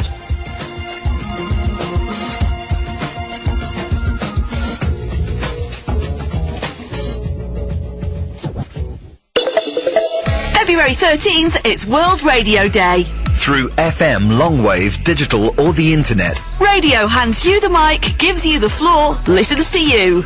Radio, your anonymous access to verified information. On the 13th of February, let's celebrate radio together with UNESCO. Hello everybody and welcome back to Reprieve Media CIC's coverage of World Radio Day 2019 around dialogue, tolerance and peace. What we've got coming up for you now is another interview. UNESCO kindly spoke to Mrs. Brigitte Alapin, a renowned and influential tax specialist and writer whose expertise is sought by governments, NGOs and private companies. Brigitte was trained at Harvard and then returned to the University of Quebec in Montreal. She keeps Syria close to her heart, as well as the name of her paternal family from Aleppo. This led to her wanting to help people displaced by the armed conflict, especially children in Syria. A friend told her about the magic of radio and its ability to cross borders. It was enough for her to find free time and found her station, Radio Dodo, of which she is both the soul and the lighthouse. We must say quickly this interview is in French, but for all the English-speaking listeners, don't worry, we will put up a full transcript on the website in due course. Here's the interview now. Merci d'être avec nous aujourd'hui pour nous parler de la Journée mondiale de la radio 2019. Vous avez fondé une initiative radiophonique pour les enfants victimes de guerre intitulée Radio Dodo. Pouvez-vous nous en dire un peu plus sur ce projet? Oui, Radio Dodo est une radio internationale dédiée aux enfants victimes des guerres ou de toute forme de violence. Et l'idée, dans le fond, c'est d'essayer de les accompagner le soir au moment du dodo pour essayer d'aider, de les aider à faire de beaux rêves et d'oublier leurs inquiétudes, peut-être l'atmosphère de violence dans laquelle ils vivent. Donc, Radio Dodo leur prépare une émission de radio qui dure environ 1 heure et qui est remplie de musique, des contes, des histoires. Et chacune des émissions de radio porte sur un thème bien ciblé. Donc, il y a une partie éducative aussi à chacune des émissions. Et pour favoriser l'écoute des enfants et s'assurer que ça devienne vraiment une radio qui atteint le plus d'enfants possible. Cette année, nous, à chaque semaine, nous préparons 3 émissions de radio séparées, une en français, une en anglais et une en arabe. Donc, les enfants peuvent choisir l'émission de leur choix selon la langue qu'ils parlent. Ok. Qu'est-ce qui vous a motivé à lancer ce projet? En fait, moi, je suis née au Québec, comme on peut peut-être le deviner avec mon accent, et j'aime dire que mes origines sont moitié syrienne et moitié gaspésienne. De la Gaspésie, une région au bord du Saint-Laurent, ici au Québec. Et en 2004, je suis partie pour un grand voyage de plusieurs mois avec ma famille et on a pris le temps d'aller en Syrie, évidemment, pour aller voir la ville d'Alep, d'où mon nom de famille, c'est Alepin de la ville d'Alep. Et c'est important pour moi d'aller avec mon fils pour lui montrer la ville de nos origines. Mon grand-père est venu ici au Québec il y a environ une centaine d'années, mon grand-père natif de Alep. Donc, j'ai vu en 2004 mon fils qui jouait avec des enfants dans la ville d'Alep. Puis on se sentait chez nous, on sentait que même si j'étais pas voilée ou que mon fils, c'était clair que nous étions des Québécois, il n'y avait pas de différence. Les enfants, ils ont accueilli mon fils comme si c'était un des leurs depuis toujours. Et lorsque les conflits ont éclaté, j'ai ressenti vraiment une peine. J'ai ressenti un besoin d'aider énorme que j'avais jamais ressenti avant, aussi fort, parce que je trouvais qu'il y avait peut-être une forme d'injustice dans la vie, que ces enfants-là avec qui mon fils avait joué quelques années plus tôt étaient coincés dans ce conflit, alors que nous, au Québec, nous étions en sécurité. Et de là est né ce besoin d'aider. C'était comme... c'était viscéral, c'était dans moi. Il fallait... Tant que j'ai pas trouvé une façon d'aider, je me sentais pas bien. Donc, c'était vraiment ça qui m'a motivé, cet amour pour les enfants que eux ont donné à nous lorsque nous sommes allés à Alep, que nous avions besoin de redonner. Merci beaucoup. Pourquoi avoir choisi la radio pour venir en aide à ces enfants? Quel est l'apport de ces émissions dans leur vie? Donc, pourquoi avoir choisi la radio? En fait, en 2011, lorsque les conflits ont éclaté, j'ai cherché plein de façons d'aider. J'ai participé à des rencontres à la Banque mondiale à Washington, des grandes rencontres où est-ce qu'on discutait comment répartir des aides importantes de plusieurs centaines de millions, etc.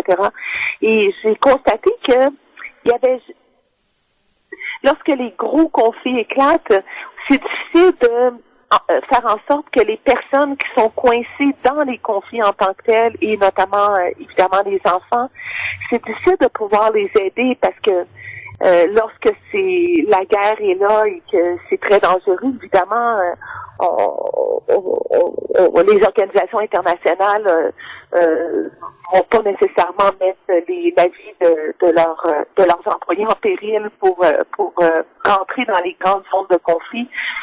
Donc, et moi, c'était important de pouvoir aider là-bas, pas uniquement les réfugiés qui ont évidemment beaucoup besoin d'aide aussi, mais c'était important d'aider les enfants qui sont coincés aussi dans les conflits.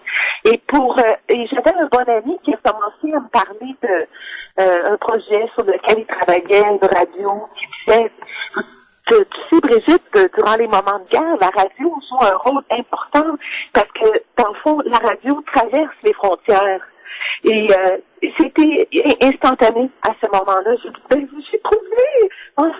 trouvé une radio qui pourrait être destinée uniquement aux enfants, puis que ça serait une radio internationale où est-ce que, dans le fond, tous les enfants s'identifient dans cette radio-là. Ils sont n'importe où est-ce qu'ils vont sur la planète, s'ils deviennent réfugiés, la radio les suit d'une place à l'autre, ou est-ce que pour eux, ils se retrouvent en famille, les enfants ensemble, à travers la radio. Merci beaucoup. Et à votre autre question, quelle est la part de ces émissions dans leur vie? En fait, les émissions, nous on espère vraiment que ces émissions-là vont devenir une partie de leurs habitudes, de leur vie, qui vont avoir un réflexe. Ce soir, je vais écouter une émission de Radio Dodo en me couchant, que pour eux, ça devienne un endroit où se réfugier lorsqu'ils se sentent inconfortables. Quelle est la contribution de la radio pour promouvoir la compréhension et la tolérance à l'égard des réfugiés? Donc, Radio Dodo, c'est une initiative qui est totalement neutre politiquement et religieusement, et évidemment totalement destinée aux enfants. Et nous faisons aucune différence entre les enfants. Nous estimons que tous les enfants méritent d'être réconfortés avant le dodo. Et évidemment, surtout les enfants qui sont victimes de guerre ou de violence. Donc, en ce sens, nous lançons, j'espère, un message d'inclusion, de tolérance et d'amour pour tous les enfants. Et je pense que les enfants et leurs parents et toutes les personnes qui écoutent ou qui entendent Radio Dodo peuvent ressentir que on fait pas de différence. Les enfants qui nous entendent, on ne sait pas qu'ils viennent de quel pays, donc on fait aucune différence et par le fait même, on invite les personnes qui nous écoutent à eux également faire aucune différence. Les enfants méritent de l'amour et du réconfort et c'est pas important. Ils viennent de où? Ils sont quelle couleur? Ils appartiennent à quelle religion? Est-ce qu'ils sont réfugiés? Ne le sont pas? Non, ce sont nos enfants et on doit les protéger. Merci. J'imagine que depuis la création de Radio Dodo, les émissions ont couvert des histoires aux sujets variés. Y en a-t-il une qui ait particulièrement mis l'accent sur l'égalité des genres? Non, parce que on traite pas de ces genres de sujets-là durant les émissions. On essaie d'éviter toute forme de sujet comme ça, l'égalité des genres. C'est un sujet qu'on n'adresse pas aux enfants. Nos enfants à qui les émissions sont destinées, peut-être que c'est entre 4 ans et 10 ans. Donc, on parle pas de ces sujets-là. Toutefois, je pense que notre message est très fort par rapport à l'égalité des genres, surtout cette année, parce que cette année, Radio Dodo est animée par 3 petites filles. Et Les émissions en français sont animées par Alice, qui a 8 ans. Les émissions en anglais sont animées par Francisca, qui a 9 ans. Les émissions en arabe sont animées par Raaf, qui a 10 ans. Donc, en ce sens, donner le micro de la radio à 3 jeunes filles qui font un boulot exceptionnel, ça peut-être que ça envoie un message implicite qui n'a pas besoin de recevoir plus de commentaires que ça.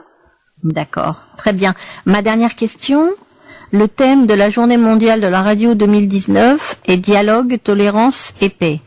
Quel serait votre message pour cette journée?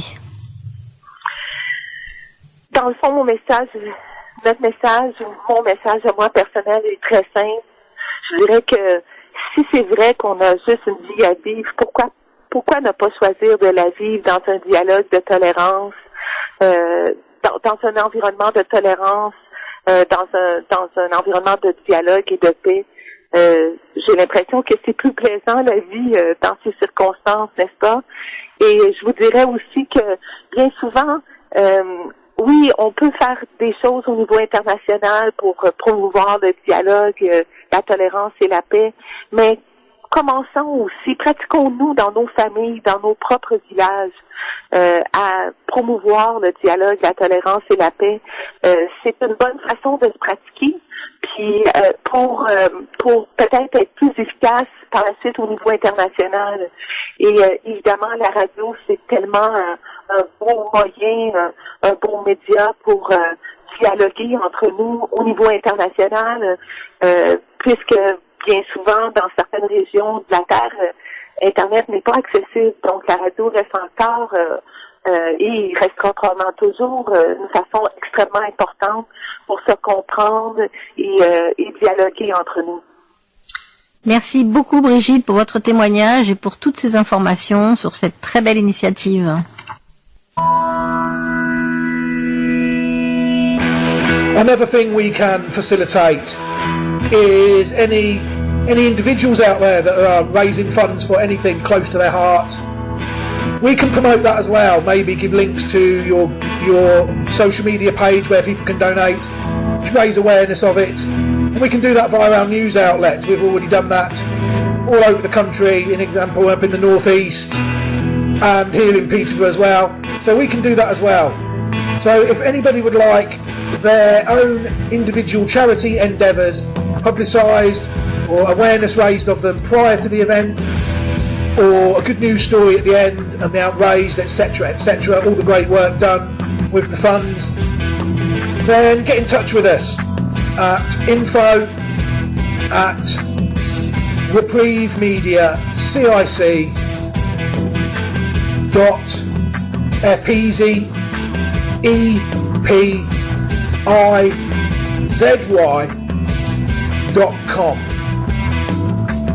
I'll also give that address one more time, info@Reprieve Media CIC.EPIZY.com, and we will hopefully be able to, we will certainly be able to facilitate that as well.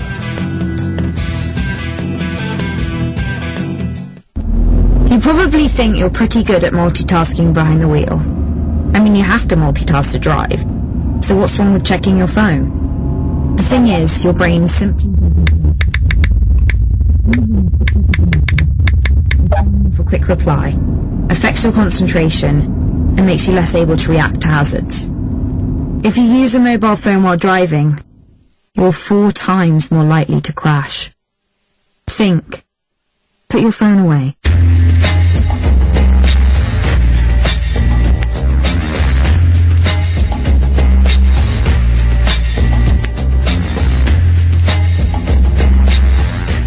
If you want to really listen to what we're saying or read what we're saying when we're not on air, then the place to do that really is the news outlet. It's called Essential Reading online, and I will give you the website for that now. It is www.essentialreading.freecluster.com. That's essentialreading.freecluster, FREE cluster,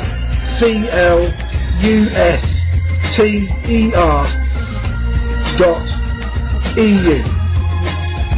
So why not go and check that out?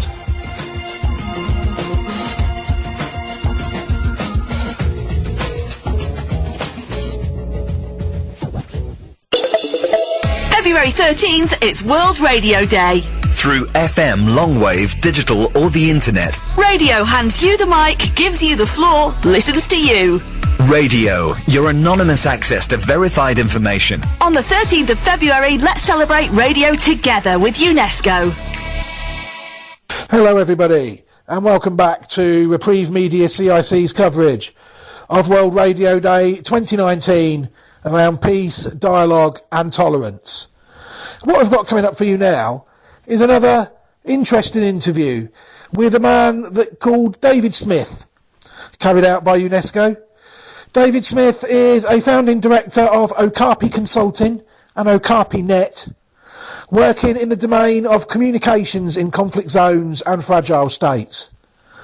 Current projects include the development of a regional radio network in the Lake Chad Basin, targeting areas affected by Boko Haram.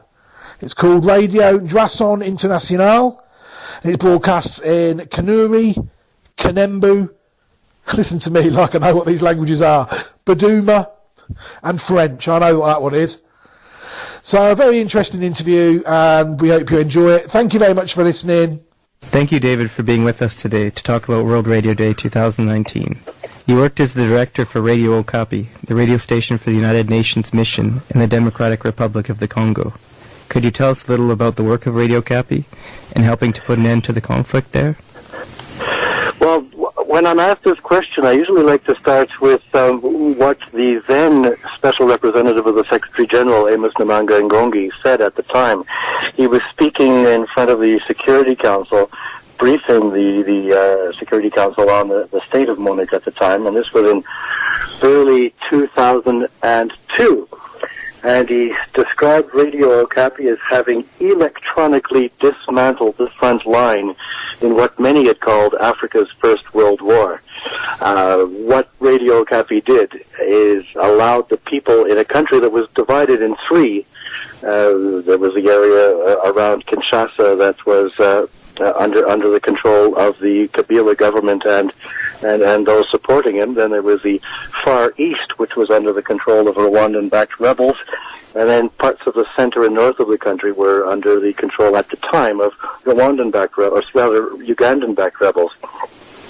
It made it almost impossible for all Congolese to talk to each other. In those days, cell phone networks did not communicate with each other across the front line. And the then state broadcaster, the RTNC, was in the hands of the various groups controlling the various parts of the country. So, in effect, Congolese were given a voice across the country by Radio Okapi for the first time since the war had started. And what was the specific advantage of using radio to encourage tolerance between the opposing groups? Well, the Congo is one of the largest countries, the Democratic Republic of Congo, that is one of the largest countries on the continent. It's almost a subcontinent the size of Western Europe, with outside the urban areas very little infrastructure. To try to get people to talk to each other, to try to get the belligerents to talk to each other, and all those involved in the conflict, the only way of reaching everybody is through radio. Fortunately, most people in that part of the world have at least access to a radio, and most people in that part of the world are accustomed to listening to shortwave radio as well. So right from the beginning, Radio Okapi broadcast on shortwave throughout the country. And as the radio network developed with the massive support of the UN peacekeeping mission, we were able to set up an area. So very simply, because it was the only way of reaching most people in the country, it allowed the Congolese to actually discuss the issues that were tearing them apart for many years. From the various programs that were broadcast by Radio Copy, which were the most successful programs in your opinion, and why? Well, there are three that come to mind, and in order, I'd say the day that Radio Copy began broadcasting, it was February 25th, 2002. The radio station got off with a bang, launching stations or studios and transmitters in Kinshasa, Goma in the Far East, in North Kivu, and in Kisangani in the center of the country. And the first programs to go on the air were live broadcasts from what was the inter-Congolese dialogue held in South Africa at Sun City, where the various parties to the conflict got together, and eventually a government of national unity came out of that. Because Radio Okapi was the only radio station broadcasting that live, it assured large listenership from the beginning. Obviously, the inter-Congolese dialogue did not last forever, but from that program, a new program, which continues to be broadcast to this very day, went on the air, called Dialogue entre Congolais, or Dialogue Between Congolese. That's been the anchor flagship program of Radio Okapi for the past 15 years that it's been on the air. Every day, a major newsmaker, a major mover and shaker, or somebody who has knowledge of the major news stories of the day is a guest either in studio or on the telephone, and that program has the highest listenership of any radio program broadcast on Radio Okapi. Second and third, in no particular order, I'd say it would be a program in the Kinyarwandan language called Utahuka, which is only broadcast in the far east of the country. When that program first went on the air in the Kinyarwandan language, you might imagine that many Congolese were not very happy to hear it, because at the time, the Kinyarwandan language was perceived as the language of the professor, the language of the oppressor, the armies that had been attacking the eastern part of the country. The program was targeted at Kinyarwandan-speaking people who were living in the Congo, who had, in many cases, been there since the genocide in Rwanda of 1994. And it was part of the DDR, the demobilization program of MONUC, to get people from various rebel groups to lay down their arms and be reinserted into civil society. In this case, the Kinyarwandans were asked to lay down their arms and be resettled in Rwanda. Shortly after the program went on the air, the original hostility from the Congolese disappeared when they understood that this was a program about peace, a program to try to get people to lay down their arms and rejoin civil society. That program also remains on the air to this day. And the third program I want to mention is the Daily News Bulletin.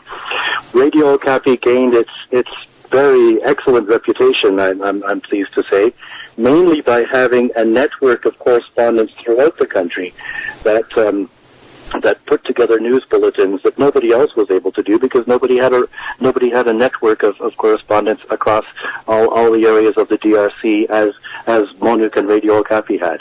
And I'll stop there. Those were the three anchor programs. In your time working with Radio Okapi, how did the station work to address the concerns of the indigenous groups of the DRC? I think the most important way of addressing the concerns was by speaking to people and listening to them in their own language. One of the original plans for Radio Okapi, right from the start, was to make sure that it broadcast in all the national languages of the DRC. And almost from day one, I say almost from day one, and at the beginning, the station broadcast in French, Lingala, Chaluba, and Kiswahili. A few days later, the other national language, Kakongo, was added. And in doing this, the feedback from the Congolese across the country was that this radio station was truly the voice of the Congolese.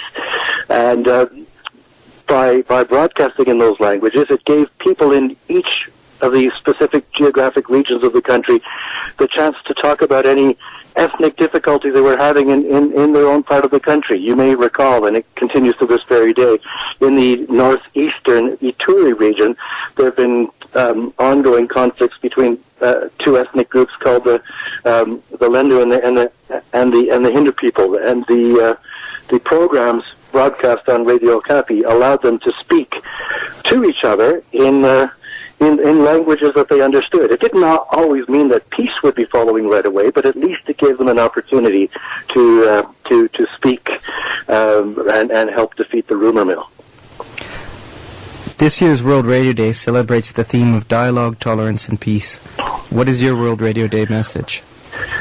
Oh, I think it's a simple one. The simple thing is, if you give people the opportunity to speak, and radio is the best microphone for doing this in many parts of the world, especially here in Africa, the first thing that radio does by encouraging dialogue is kill the rumor mill.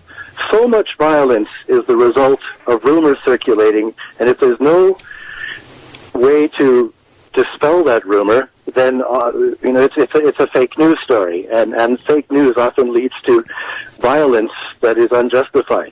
Not that any violence really is justified, but by having radio give people a voice and letting all those people speak, it's killing the rumor mill and allowing for discussion. And I think discussion is the first and most important path towards ending violence and creating stability. And without stability, there can't be progress. And so that's my message. Get people talking, use appropriate technology, and appropriate technology in much of the world, especially in Africa, is using radio. Radio is king. Thank you very much, David.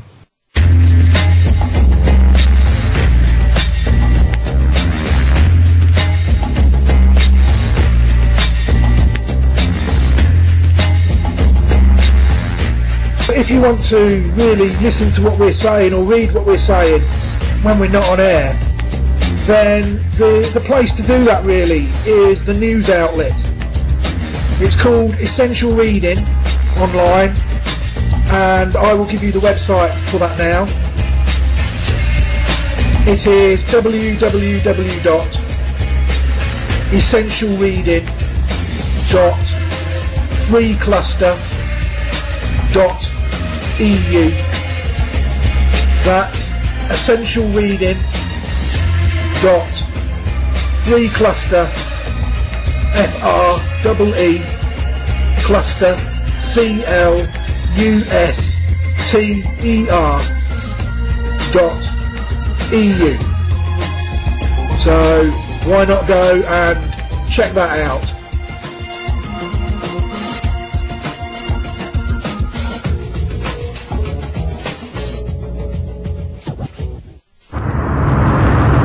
If you fall asleep at the wheel, you'll put your life in danger, and the lives of others as well.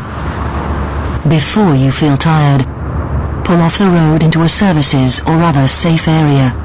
Drink some strong coffee, and take a quick nap while the caffeine kicks in. If you're having a nap, you've left your lights on, sir. Right, cheers. Think. Don't drive tired.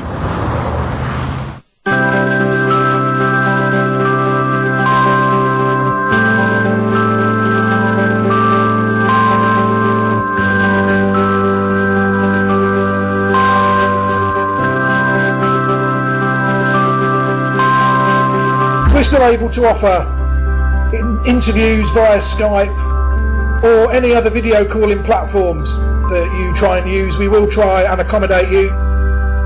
If that is something that interests you, then please get in touch with us here at info@Reprieve Media CIC .EPIZY.com. We'll give you that address once more. It's info@Reprieve Media CIC.EPIZY.com.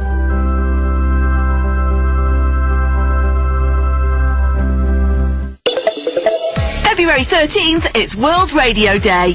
Through FM, longwave, digital or the internet. Radio hands you the mic, gives you the floor, listens to you. Radio, your anonymous access to verified information. On the 13th of February, let's celebrate radio together with UNESCO. Hello everybody and welcome to Reprieve Media CIC's coverage of World Radio Day 2019. around dialogue, tolerance and peace. What we've got coming up for you now is another interview we carried out, well, UNESCO carried out, should I say, sorry, with Jennifer Buckody, a Canadian journalist who believes so deeply in the many attributes of radio, the United Nations and responsible media that she wrote a book about it. That book was called Radio Okapi Kindu, the station that helped bring peace to the Congo, which honours the achievements of Radio Okapi, a radio station set up in the Democratic Republic of Congo by the UN, and a Swiss non-governmental organisation, Fondation Hirondelle. We hope you enjoy the interview. Thank you very much for listening. Thank you for being with us today, Jennifer. Thank you, Blake. As a radio journalist, you've spent some years working for Radio Okapi in the DRC. Could you tell us a bit about your time there and what inspired you to write a book on your experiences? Absolutely. First, let me properly introduce Radio Okapi for anyone who doesn't know it or is interested in knowing a bit more about its backstory. Radio Okapi is a national radio network that was set up in 2002 by the United Nations mission in the Congo, which at the time was called MONUC, and Fondation Hirondelle, which is a Swiss NGO that runs radio and media training programs in conflict and post-conflict situations around the world. These two actors specifically designed Radio Okapi to bring the countries together after years of war, which had caused widespread destruction. And here is where the radio could help. The very fabric of the country had been torn apart.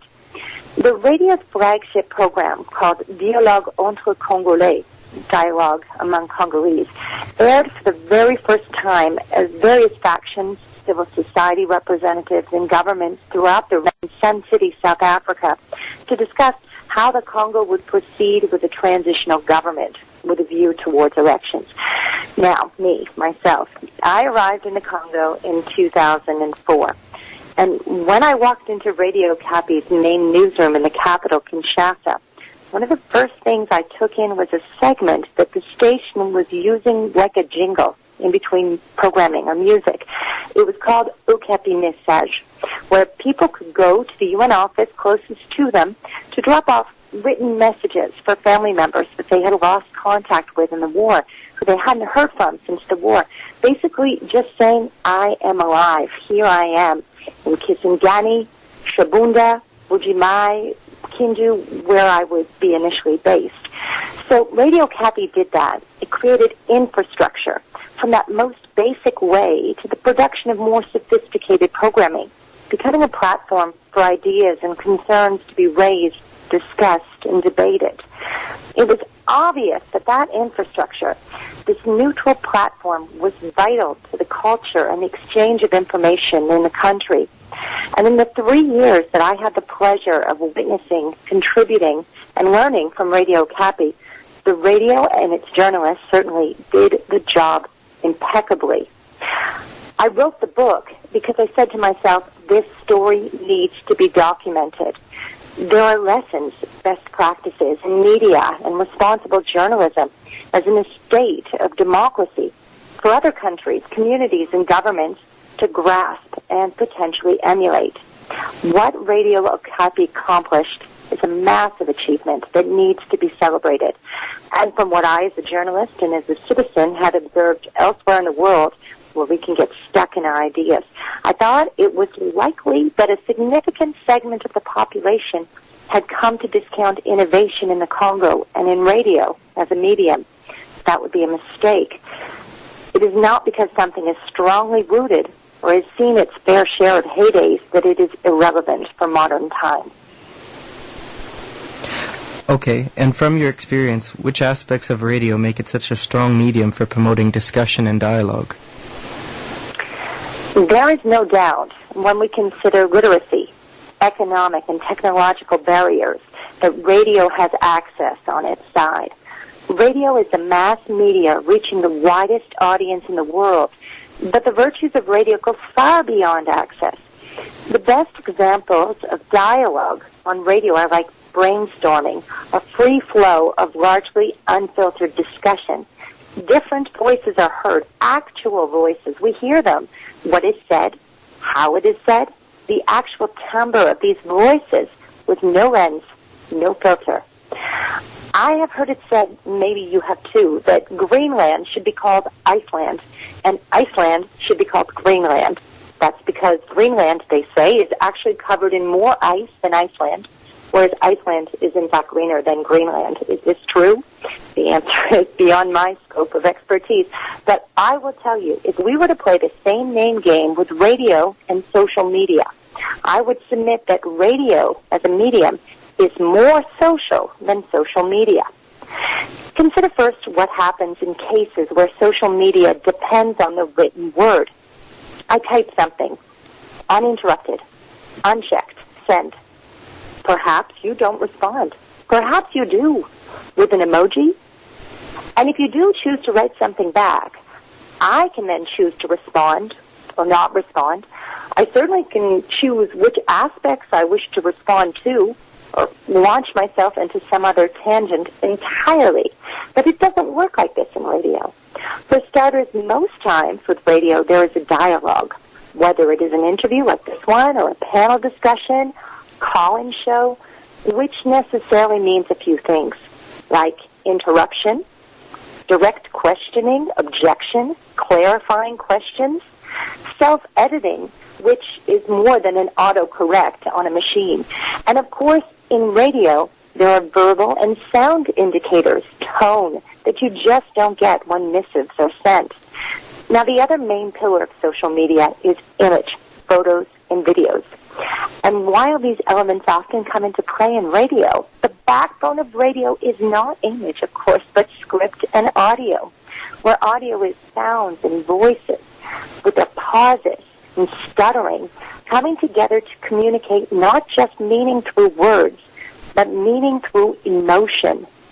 Think how powerful it is to hear crying. Radio is intimate. Its sound waves fill the space you occupy, whether that is in a room, outdoors, or directly into your ears via a headset like a podcast. It forces you to create pictures and images and imagine. And taking Radio Okapi as an example, how do you think radio contributes to restoring peace to a post-conflict region? Can I use an analogy? I'm an analogy kind of person. Sure. Okay, so I am an individual. You, Blake, are an individual.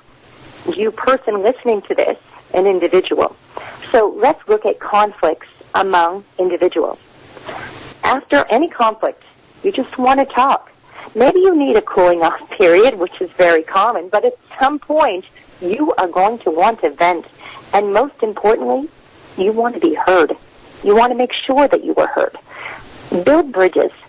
We love to talk about that in the United Nations and in development, but it is true. After conflict, there are gaps the size of oceans. How do we do that, bridge that gap? We unpack. A dear friend of mine in beautiful Cape Breton, Nova Scotia, who has been hosting a community morning radio show for some 20 years, he calls this living an examined life. I love that.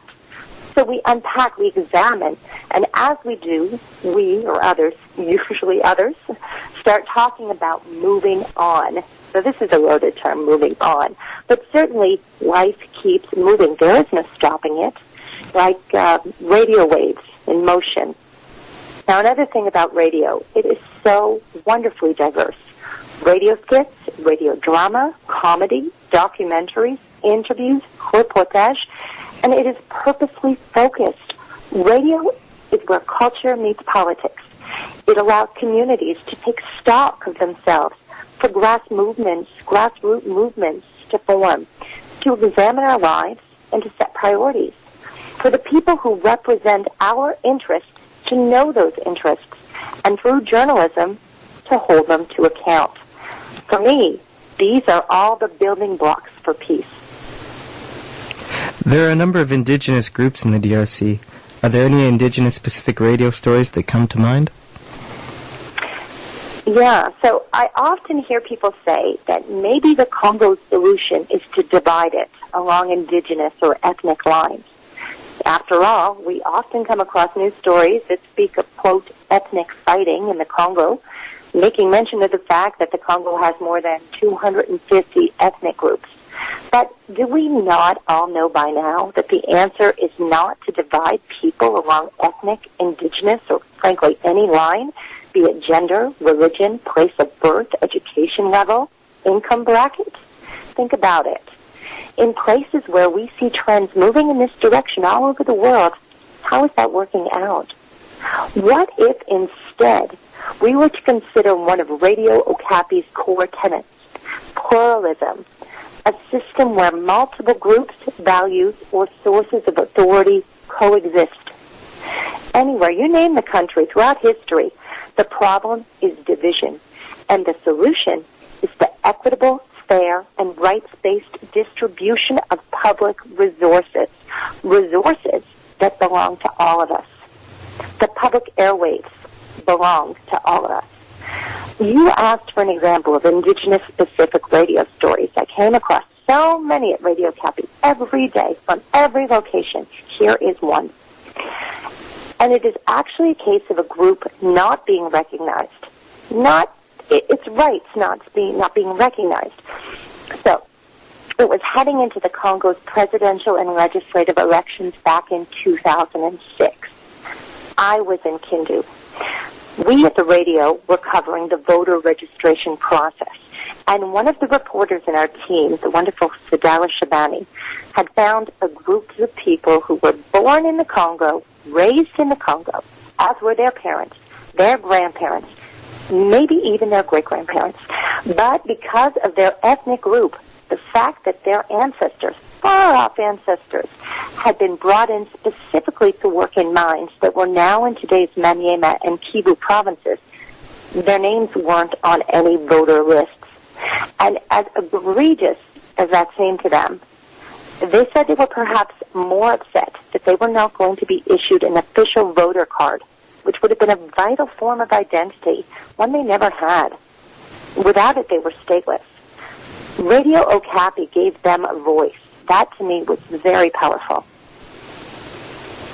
The theme of World Radio Day 2019 is Dialogue, Tolerance, and Peace. What is your World Radio Day message?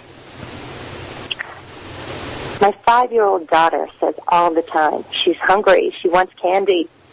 I say, fine, go ahead, have a bit of candy at some point. But if you are hungry, forget it. Candy is not food. Radio is food. It feeds the most basic humanity that is in all of us. It is a natural platform for dialogue.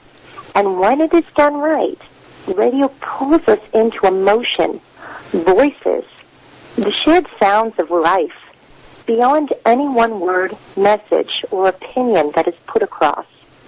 We hear others. We hear what isn't said. We come to understand.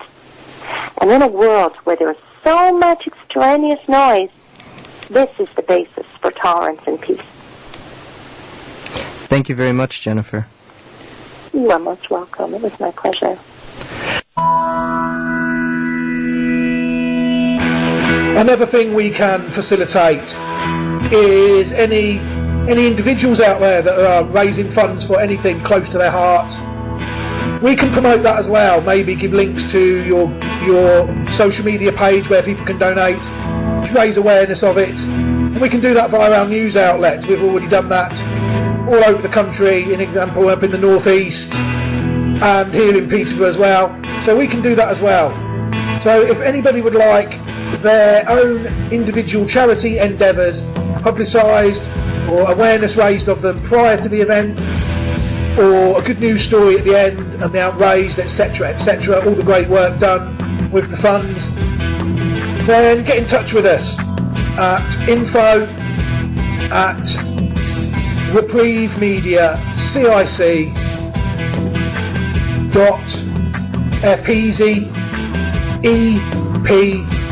.EPIZY.com. I'll also give that address one more time, info@Reprieve Media CIC.EPIZY.com, and we will hopefully be able to, we will certainly be able to facilitate that as well.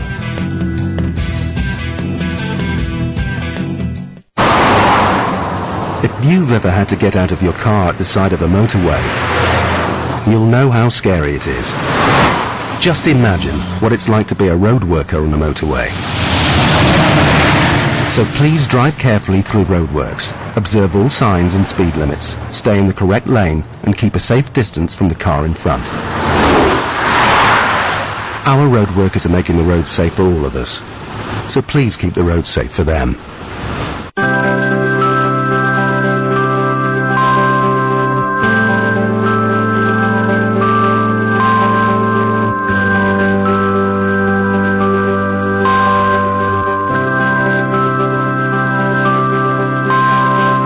We're still able to offer interviews via Skype or any other video calling platforms that you try and use. We will try and accommodate you.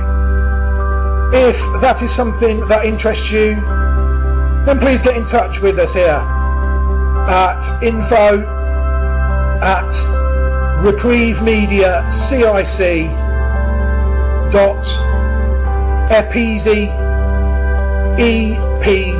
.EPIZY.com. We'll give you that address once more. It's info@Reprieve Media CIC.EPIZY.com.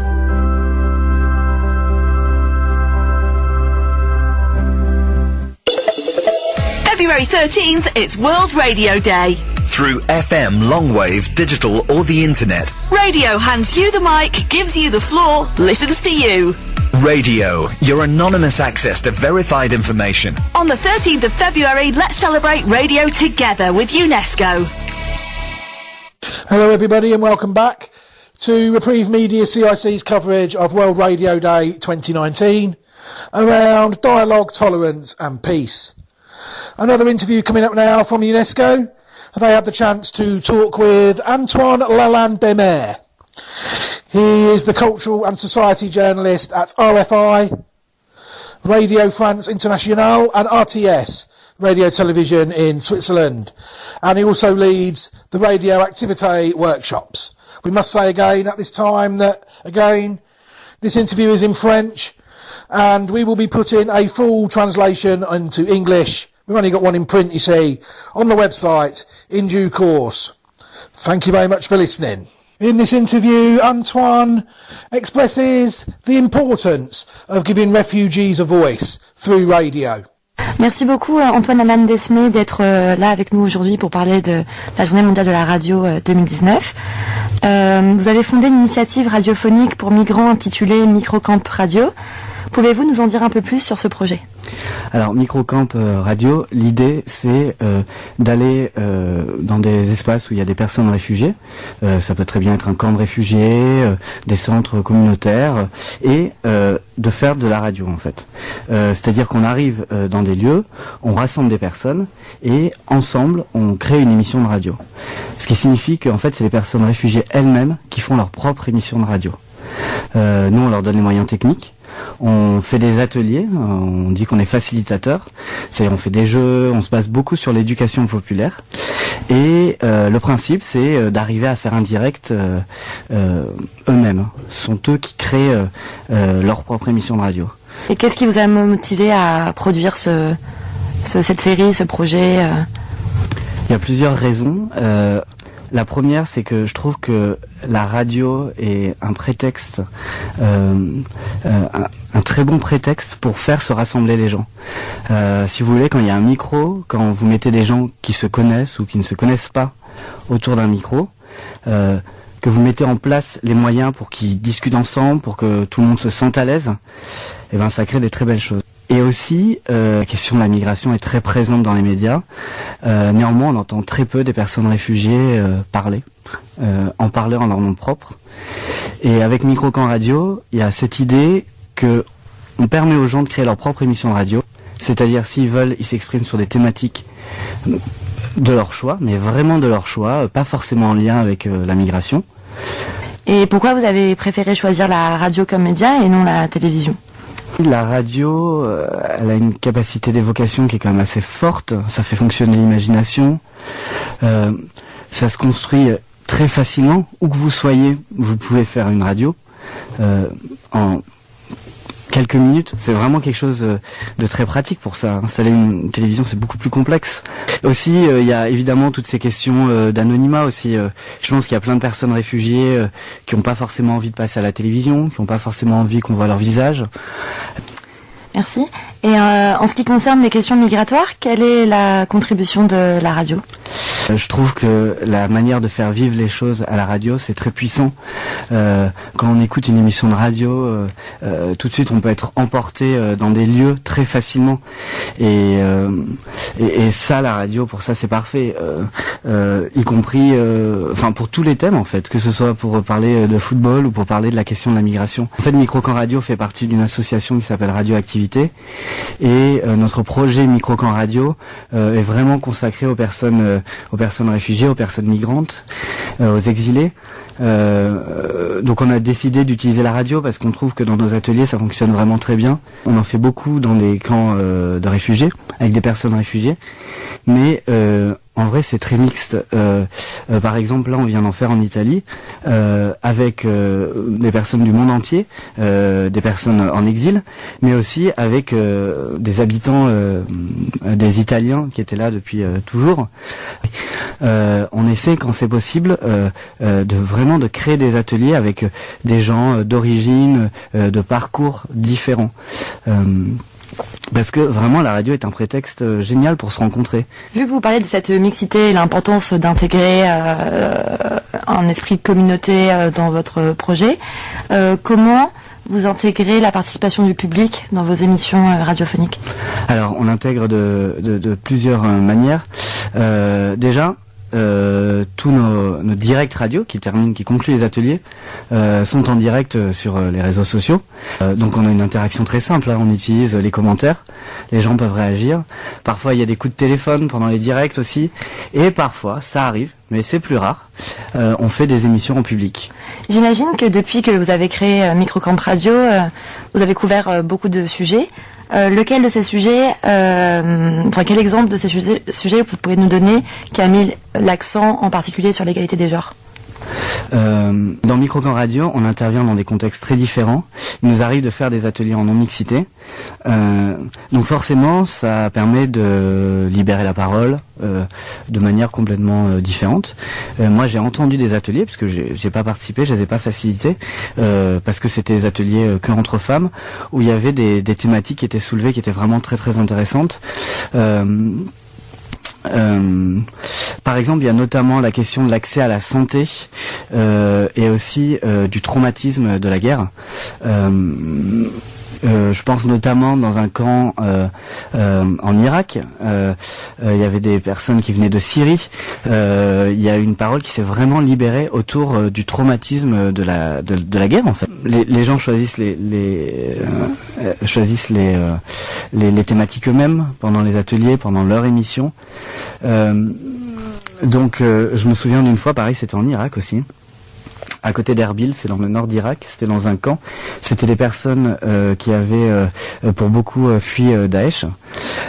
Et je me rappelle notamment d'une jeune fille qui adorait le foot. Et souvent le foot c'est un sport qui est considéré comme masculin, ce qui est d'ailleurs assez absurde. Elle nous a raconté, elle a décidé pendant l'émission de prendre le micro pour expliquer comment elle avait fait pour monter un terrain de football en fait dans le camp de réfugiés et comment elle avait créé toute une dynamique autour d'elle. Vous pouvez regarder, c'est sur notre site internet, hein, sur Microcamp Radio. C'était assez fort comment puis finalement elle a réussi à faire installer un vrai terrain de foot qui a même été financé par des institutions internationales. Le thème de la Journée mondiale de la radio 2019 est Dialogue, tolérance et paix. Quel serait votre message pour cette journée ? Alors déjà je trouve que le thème est très bien choisi parce que la radio est vraiment un bon prétexte pour faire se rencontrer les gens. Si on veut de la tolérance, si on veut de la paix, évidemment que le dialogue c'est une base énorme et très importante. Et justement pour la radio, vraiment, moi je trouve que ça permet vraiment ça parce que tout d'un coup on se retrouve autour d'un micro avec des gens et il faut créer quelque chose ensemble. Et quand la dynamique est créée, quand il y a une dynamique très positive, quand chacun se sent bien, ça émerge à des choses mais vraiment sublimes, parce que tout d'un coup, on se pose des questions, on discute ensemble, et tout d'un coup on parle de thèmes, parfois on n'en aurait jamais parlé en fait. Donc mon message pour la journée mondiale de la radio, par rapport au thème dialogue, tolérance et paix, c'est continuer, encourager des initiatives dans cet esprit-là. La radio est un formidable prétexte pour permettre le dialogue, pour permettre la tolérance, pour permettre la paix. Merci beaucoup. Et faisons mieux même. Pour votre témoignage et pour toutes ces informations sur cette belle initiative. Merci. Merci. Another thing we can facilitate is any individuals out there that are raising funds for anything close to their heart. We can promote that as well. Maybe give links to your social media page where people can donate, to raise awareness of it. And we can do that via our news outlets. We've already done that all over the country. An example up in the northeast and here in Peterborough as well. So we can do that as well. So if anybody would like their own individual charity endeavours publicised or awareness raised of them prior to the event, or a good news story at the end and the outraised, etc., all the great work done with the funds, then get in touch with us at info@Reprieve Media CIC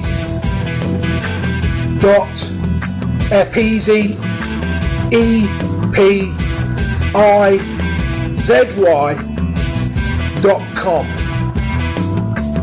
I'll also give that address one more time, info@Reprieve Media CIC.epizy.com, and we will hopefully be able to, we will certainly be able to facilitate that as well.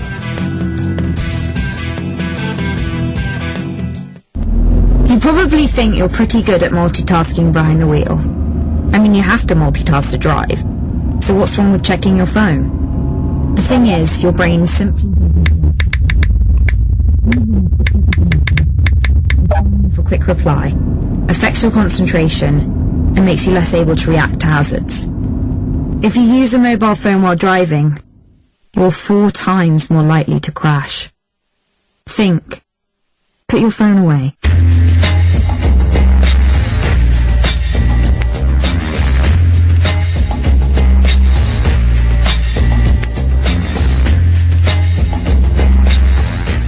If you want to really listen to what we're saying or read what we're saying when we're not on air, then the place to do that really is the news outlet. It's called Essential Reading online, and I will give you the website for that now. It is www.essentialreading.freecluster.eu. That's essentialreading.freecluster, FREE cluster, CLUSTER.EU. So why not go and check that out?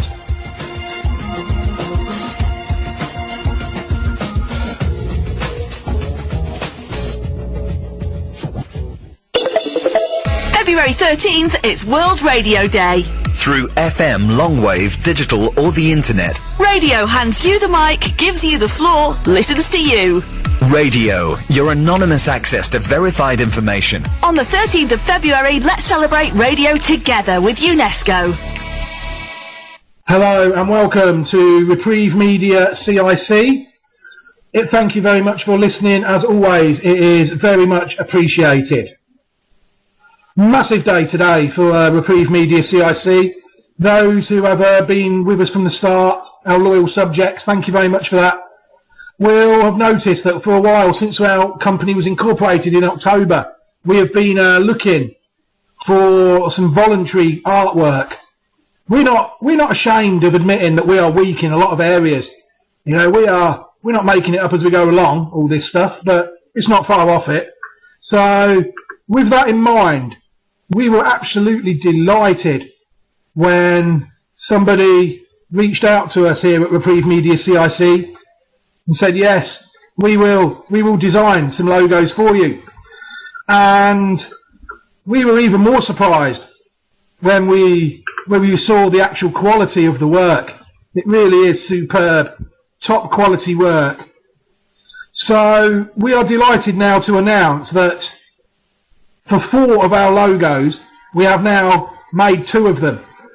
The whole Reprieve Media CIC branding has been done. The logos will soon be on the Reprieve Media CIC, and also the audio portal as well will carry similar branding to link the 2 to each other. So that's a major thing that we've crossed off our bucket list, so to speak. We could never have done it ourselves. Our artistic skills are negligible, to say the least. So we owe this person a fantastic debt of gratitude, and hopefully one day we will be able to springboard her on the road to notoriety, because her work is good. And what more can we say about the girl, really? We could eulogise about her all day, really. But the best thing these things do tend to work, really, is if we let them talk about themselves. So that's what we're going to do now. So on the line now, according to the mysteries of technology, we should have on the line now a lady by the name of Clarissa. Clarissa, are you there, madam? Yes, I'm here. Fantastic. That is fantastic news. Welcome to the interview, Clarissa, and thank you for finding the time to be interviewed today.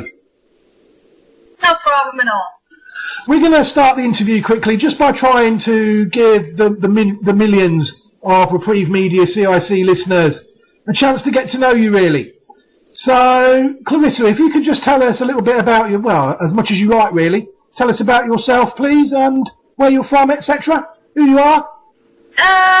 Well, my name is Clarissa, and I am from the Netherlands, and I'm about to be 25 over, and I'm doing a study in graphic design, but I've always wanted my own company, and well, since I didn't have a good internship in which I could explore myself and my skills, I thought about just starting my own company and bringing it out into the world and showing my work, and that's how I reached you, since you guys needed someone to create a logo, and I saw that no one has replied yet, and in my opinion, it was a great opportunity for me and some great work for you, so that's how I got to you guys. Ah, fantastic. Where did you see our call to arms, Clarissa? I saw it on Twitter.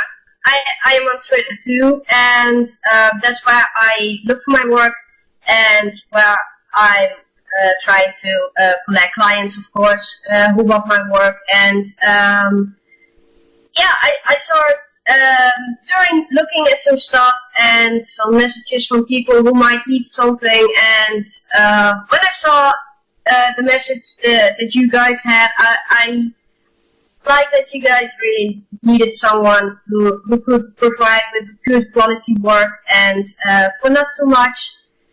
So, and to me, it sounded really great to do, and so I reached out. Yes, you did. You certainly did, and thank you very much for that. You also said you were based in the Netherlands. Whereabouts in the Netherlands are you? Well, I'm more in the east of the Netherlands, and well, I live in a town that's pretty big, but also not too small, and I live here with 2 housemates of mine, and I've got my own room, and I work in my room, I work on my computer, and yeah, that's basically where I'm sitting. The city where I am is called Zwolle. It's a pretty weird town, and we're English, but yeah, that's where I'm at. Ah, fantastic. I've actually been to the Netherlands once years ago. They still had the Gilder when I went. That's how long ago it was. Yeah, it has changed, I think, but yeah. We went for a celebration out there called Queen's Day. I'm sure you're familiar with that. Yes, I am. Unfortunately, it has changed to King's Day. How's it been? I'm assuming that you have a king now, not a queen then, yes? Well, right now we had a queen, but that's now switched to a king. And yeah, I remember her. Queen Beatrix was her name, was it? Yes, that's correct. That's very correct. Yeah, vaguely remember her. So now if we can move on to your organisation, Clarissa. You said you always wanted to start your own organisation, so how did you find that? Did you find it quite easy to set up an organisation of your own in the Netherlands? No, actually not. It was really difficult because I didn't know what to expect, and I was very insecure of my own work. If it would work, if people would like my stuff that I make, and but I decided to just start anyway and just look out on it. If it should work, and if not, it would be okay because I still have backups. And it was a surprise to me that it actually worked out, that people actually loved my work and wanted me to work for them. It comes with, of course, it comes with a lot. Not necessarily in amount of money, but I did have to make a lot of stuff of my own, like my own logo, and I needed to find a concept of my own company in a sense of why I'm unique. What sets me apart of others, and that was a lot of thinking, so it was a lot of work. Obviously very, very rewarding in the end though, where you are now. I'm sure you feel free and you feel happy that being in charge of your own destiny through life, yes? Yes, that's very correct indeed. That's it's a beautiful feeling to have something in your hands that you've created yourself and managed yourself, and also to be your own boss is also very nice, of course. that also goes with it, that having your own company, you have your own times, your own set of rules, and also communication with people is also very nice because I make their vision complete. And so, how long has your company been up and running now, Clarissa? Actually, it just started this year. It has. It took me a long time to actually get the guts to start it off, and this year it was really breaking the nut and going for it. So yeah, it has been there for a long time on the ground. So not so much doing stuff for others, but having it in the plans. And later on, this year it was really like, okay, now I get going. Now let's roll the dice.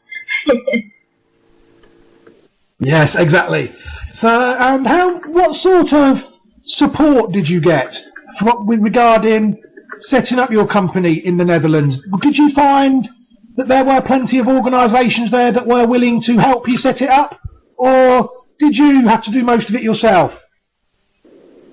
Actually, I did all of it myself. I didn't have any help of anyone.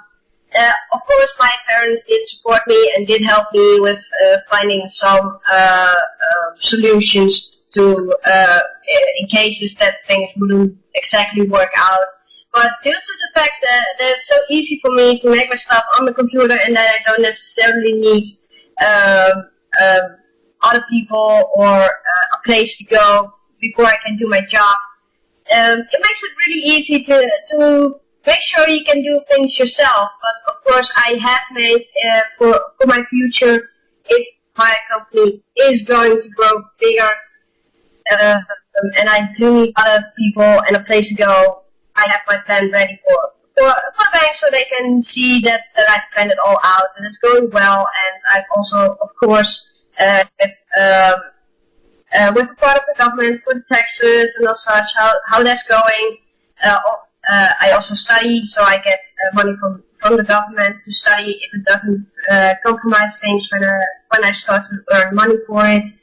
and that all wasn't a problem, so yeah, I could go along, and that's what I'm doing. Yes, it sounds like you're certainly heading in the right direction, Clarissa, that's for certain. It would be remiss of us now, really, not to give the listeners an insight into your company. So, what's the ethos behind your company? Do you feel, what sort of work are you looking to take on? Are you looking to take on a wide variety of work, or are you choosing to specialise in one aspect of graphic design? Well, I'm an all-round person, so if you have anything you need in the graphic design area, I'm certainly there for you to create anything you need. I do have paper for logos. It's what I love to do. It's the thing that stands out the most for me, because the logo makes the company or the person, of course, but anything really is totally fine with me. And the beauty of it is that it's your vision. It's not my vision alone. You have your say in it, in how it's going to look like. I'm just the one who's making your creation alive. So we need really to touch on the company now. What's the name of your company, Clarissa? How can people find it, more importantly? As you're in Holland, we have listeners all around the world here on Reprieve Media CIC. So there are a lot of people will want to know how they can find more out about you, look at your work, etc. So where can people find more about your organisation? My organisation is called Austin Creates, and that's like the Austin as in America with Texas. So that's very easy to find. Just to clarify, that is called Austin Creates. Yes, as Austin, as in Austin Powers, Austin, Texas, and Creates as in CREATES. Do you have a website, Clarissa? Yes, I do. I do have a website. It's called AustinCreates.otakuplan.com. The Otaku Plan is from a friend of mine, since I don't have my own domain just yet, but that's the name of my website, and on there you can find actually all my work I've ever done for all my clients for school. So it's also my portfolio on showing off my work, what I can do, and so you have a sense of what my style is, and if it's something that you say, yes, that's something for me, then you can reach me. What I still miss on the website is my email address. Unfortunately, I'm working on that, so it will be there. So email me, but you can always find me on my Facebook, on my YouTube channel, and reach to me on there. Oh, fantastic! You're certainly very good at getting yourself out there. That's what we like to hear at Reprieve Media CIC. It's pointless doing the work if nobody gets to hear about it. We will always say that. So you gave the email address there quickly for our listeners. Could you actually spell out the website so people can grab a piece of pen and paper and write it down properly, because it sounds a bit long to us? It is quite long. I'll try to spell it out. I'm not the best at spelling, but I'll try my best. So the name of my website is spelled out like this: Austin Creates. So AUSTIN Creates. Otaku is OTAKUCLAN,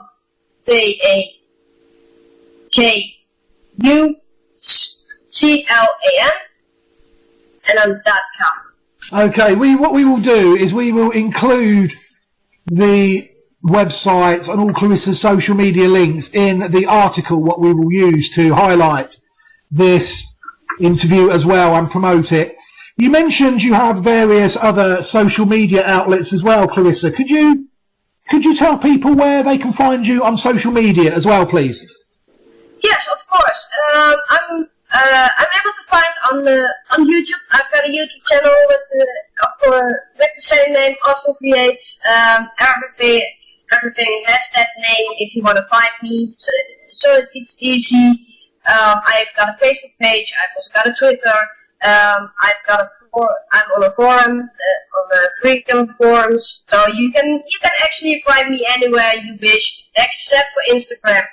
That's not something I have just yet, but I'm working on that, so that will also be up to so people will be able to see my work and reach out to me. Fantastic. Let's talk more about Clarissa, the person now. How many staff does your organisation have? Actually, I'm the only staff at the moment.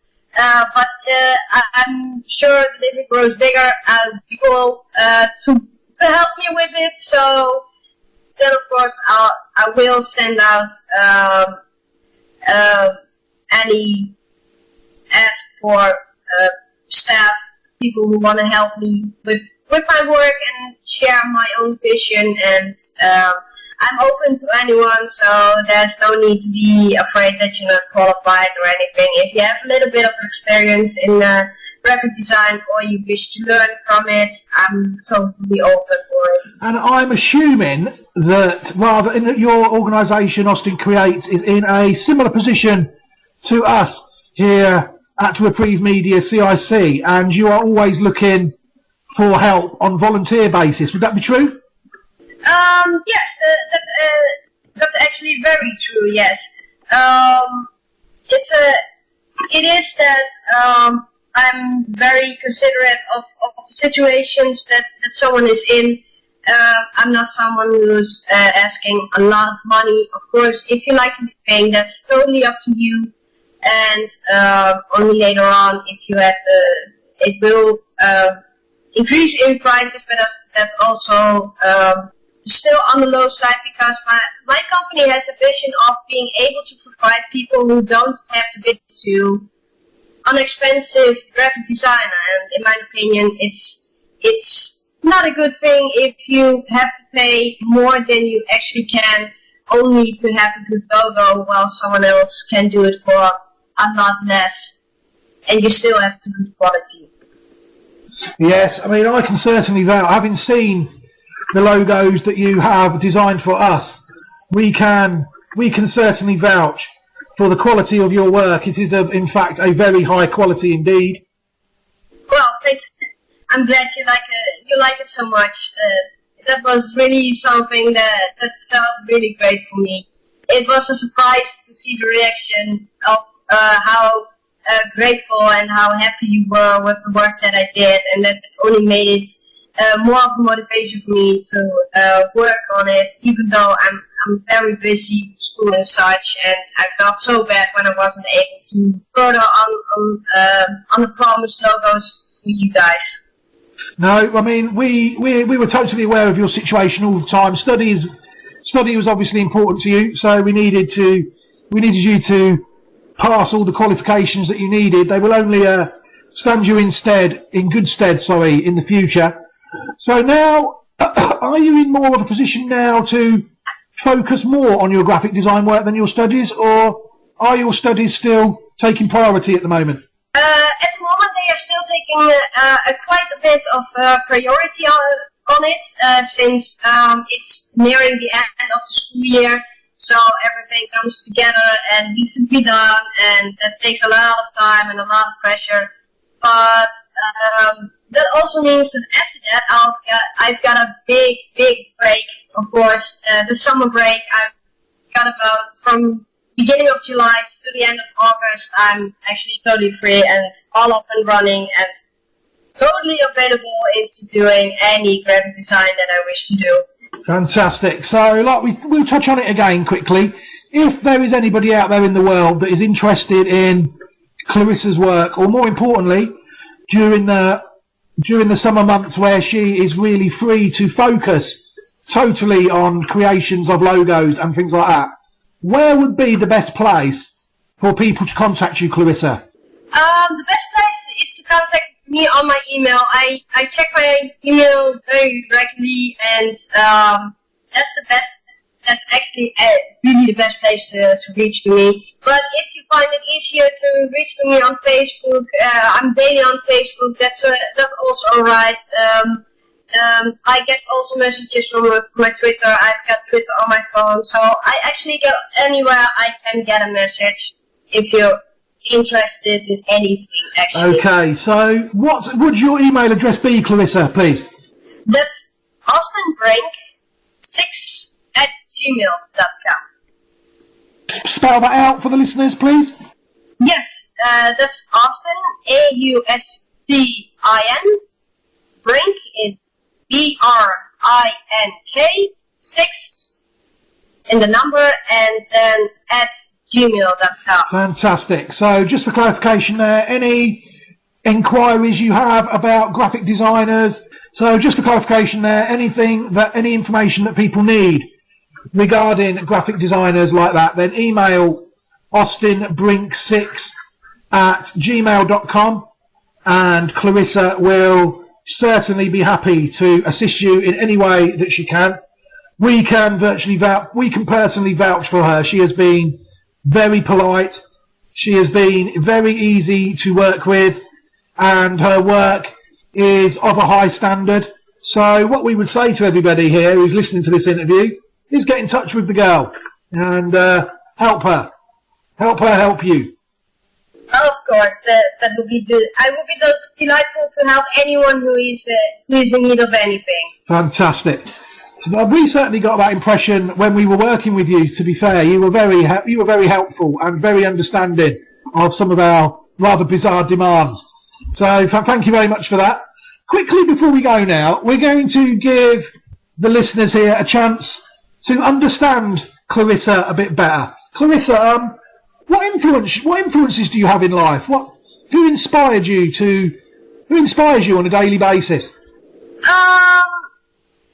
Who is a bit difficult to say, but I got in contact with graphic design on a pretty late basis. I've always loved to create things, but it were the other graphic designers on YouTube that you can find in my subscribers list, like Days Designs and Rated Designs, who really inspired me to go on with my work and try to get better and to get ideas and techniques that helped me even till today, and I still enjoy watching their videos and to learn from them. Also, because especially Days Designs is also a freelance person, and he's really open to any questions that you have. Even I sometimes have questions about how to reach certain points on a design, and he's so helpful and so wonderful with his creations. He mainly makes mascot logos, beautiful, and yeah, that's my inspiration. Just look at us and the world around you, and think for yourself, is that something I like? And if I don't like it, what would I change? That's the mindset of a graphic designer. Fantastic. And also, you're on about change there. Obviously, you have the same outlook on life as you do in the graphic design. How is life? How is life in Holland at the moment? I mean, from a distance, we seem it as quite an unsatisfied nation at the moment. We know it's a football mad country. They have failed to qualify for the Football World Cup, for instance. How is national morale in Holland at the moment among the people? Well, at the moment, indeed, you're quite correct. The Netherlands isn't a very happy-go-lucky country at the moment. Mainly, indeed, due to our government, they make things really hard for us to come around with working, with school. If I see it on myself, I pay a lot of money, even though I'm a student. I have a lot of pressure on school, and it's only getting more and more. And yeah, that doesn't exactly make us very happy. Also, not in the sense if we have the impression of the government doesn't want to listen to us, and listen to us. Yeah, it's pretty hard. I mean, it's really hard. Yes, overall, yes, it's still a beautiful country, I would say. Years. I mean, I certainly enjoyed my time when I was there. I thought it was it was a lot busier than what I thought it would be. But I've since been told that Queen's Day is not the best time to judge how the Netherlands is. It's probably totally different other parts of the year than it is for them few days. Would that be fair to say? Yes, that's indeed very correct. I would say if you really want to get a sense of the Netherlands, just go on a basis in which there's no special events. Then you have a really sense of how Dutch people are, how the Netherlands is. And especially when you don't go see the special tourist places, but the places that aren't very well known but still very beautiful. That really sets apart everything and make you having another impression of the country itself. It's a beautiful country. The people are pretty nice to each other. Could be better, but in overall pretty nice. And yeah, there are some stuff you really have to try, especially in the food area, of course. Yes, you're not wrong. I certainly tried a few things when I was there. So it is that sort of place. So fascinating getting to know you, Clarissa, and all our listeners, I'm sure, are enjoying this interview. It really has. Time really has flown by. But as usual, time is always the enemy of the people. We will always say that. And time has caught up with us yet again. So, Clarissa, before we go, is there anyone you would like to thank for helping you along your journey thus far that you would like to thank, using Reprieve Media CIC as an outlet to thank them? Yes, of course. I do want to thank my parents for supporting me all the way. What I wanted to do, it's thanks to them that I was able to follow my dream, and for Graham, and of course also my friends who were also always there for me when I needed them. And I want to thank you. I want to thank you guys too, because you guys gave me really an opportunity to show my work at a real company, and that's just amazing. So also thank you to you guys. Well, we are very humbled by that, and we will of course take your thanks. We don't brush thank yous away easily here at Reprieve Media CIC. And yeah, I mean, that's what it's all about, you know. We are looking, we obviously don't know much about each other's backgrounds at all. But we are, Reprieve Media CIC are always looking to give opportunities to people, not just in art either, in radio, in most things like that. There is always opportunities at Reprieve Media CIC. So the best way you can find out about those opportunities is to email us here at info@reprievemediacic.epizy.com. We can't promise to be as nice as Clarissa was with us, but we try our best. So Clarissa, just before you go quickly back to normal life, what we like to do at the end of every interview is we like our guest to choose a specific song that they like to end the interview with.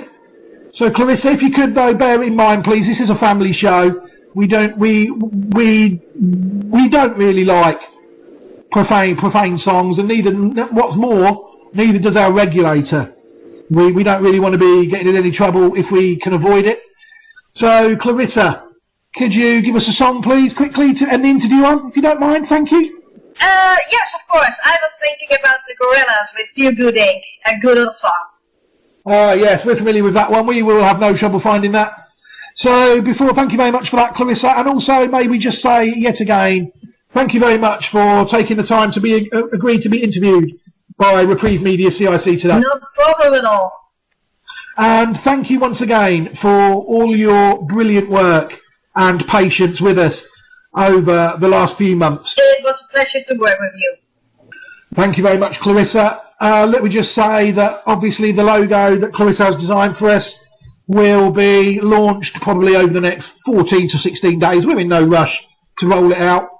Things need to be correct, obviously, regarding size, dimensions and resolutions for other graphical platforms such as social media, logos, things like that. Some are different sizes, some are even different shapes. So we're sure that that logo will appear, probably not without much fanfare. We're just going to put it up and get on with it, really. We're not going to invite any dignitaries to anything like that. We're just going to launch it and off it goes. So Clarissa, may we again take this opportunity to say thank you very much for working with us. And one last time, Clarissa, if people want to get involved and help Austin Creates grow by donating money or donating time, or maybe even by just donating expertise and experience and thought, just to give you more ideas on how you can grow. The best place to get in contact with them, Clarissa, is how? The best place to contact me is on my email address, which will be shown, of course, in the description. And again, it's awesomebrain6@gmail.com. And if you find any other social platform, you can find it. Fantastic. We're going to wrap it up there. Clarissa, thank you very much for your time. And may we also take this time to wish Austin Creates the best of luck in the future. Hopefully we will work together in the future. Clarissa, good luck in all the future. Good luck in the Netherlands. Things are no better in anywhere else than they are in the Netherlands. We can assure you of that here in Reprieve Media CIC, that this is a worldwide problem. It's nothing to do with just the Netherlands. So good luck to people in the Netherlands, and good luck to yourself, Clarissa. Thank you very much. That was the managing director, the owner, creator, the inspiration behind Austin Creates, independent Dutch graphic designer, Clarissa Vandenbrink. Thank you very much for listening to Reprieve Media CIC.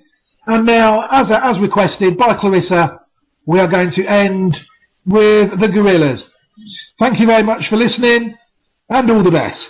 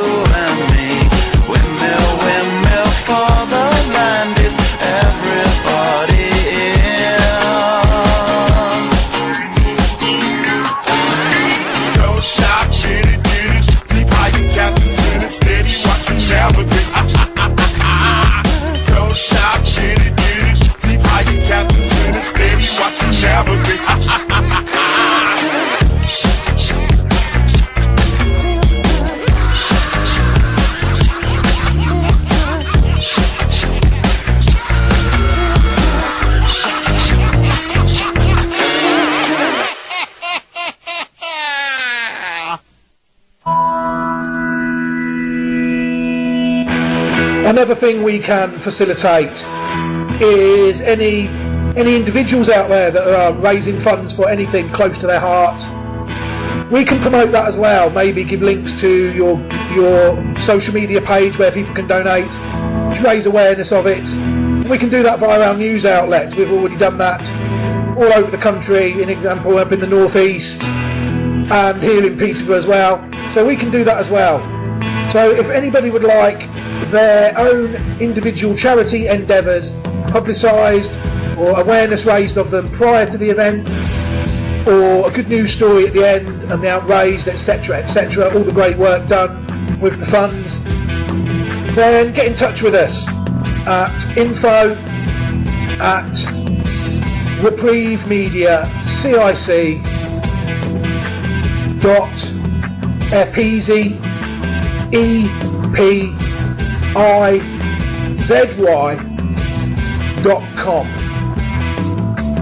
I'll also give that address one more time, info@Reprieve Media CIC.epizy.com, and we will hopefully be able to, well, we will certainly be able to facilitate that as well.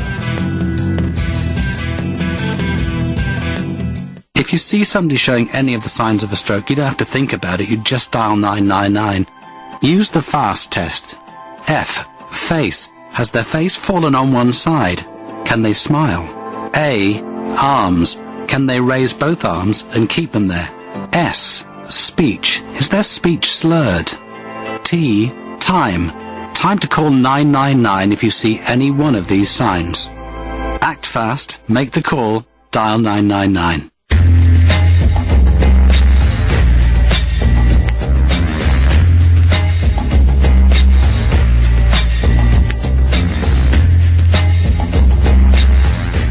If you want to really listen to what we're saying or read what we're saying when we're not on air, then the place to do that really is the news outlet.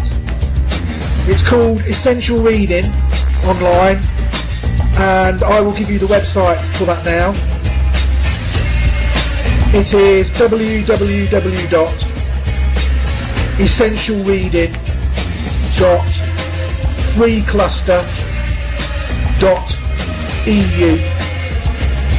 That's essentialreading.freecluster, FREE cluster CLUSTER.EU. So why not go and check that out?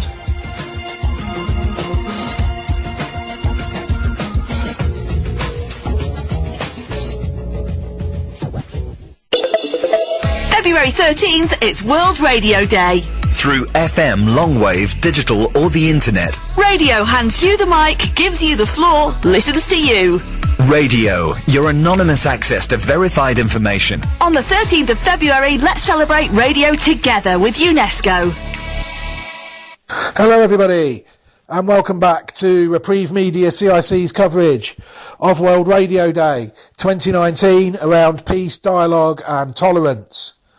What we've got coming up for you now is an interesting part of a podcast series around food, really. It's called Target Zero Hunger. It's an initiative from the Food and Agriculture Organization of the United Nations, and it's a podcast about global food security. Fair enough.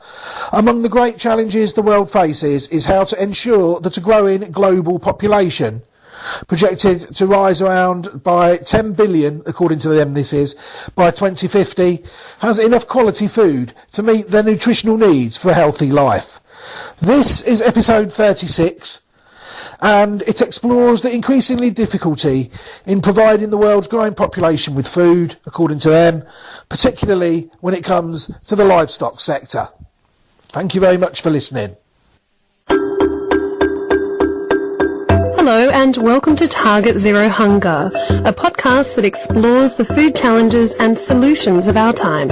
I'm your host, Charlotte Lomas. The livestock sector is a key contributor to global warming. The world's population is growing and we need to feed more and more people. But can the livestock sector transform from being a part of the problem to being part of the solution? Well, according to Henning Steinfeld, it can. He's the Chief of Livestock Information, Sector Analysis and Policy Branch at the Food and Agriculture Organisation. Welcome, Henning. Hello, thank you. So what aspects of the agriculture sector are unsustainable? The livestock sector has grown very rapidly in the last 30 to 40 years, but that growth has taken place in a very unregulated form.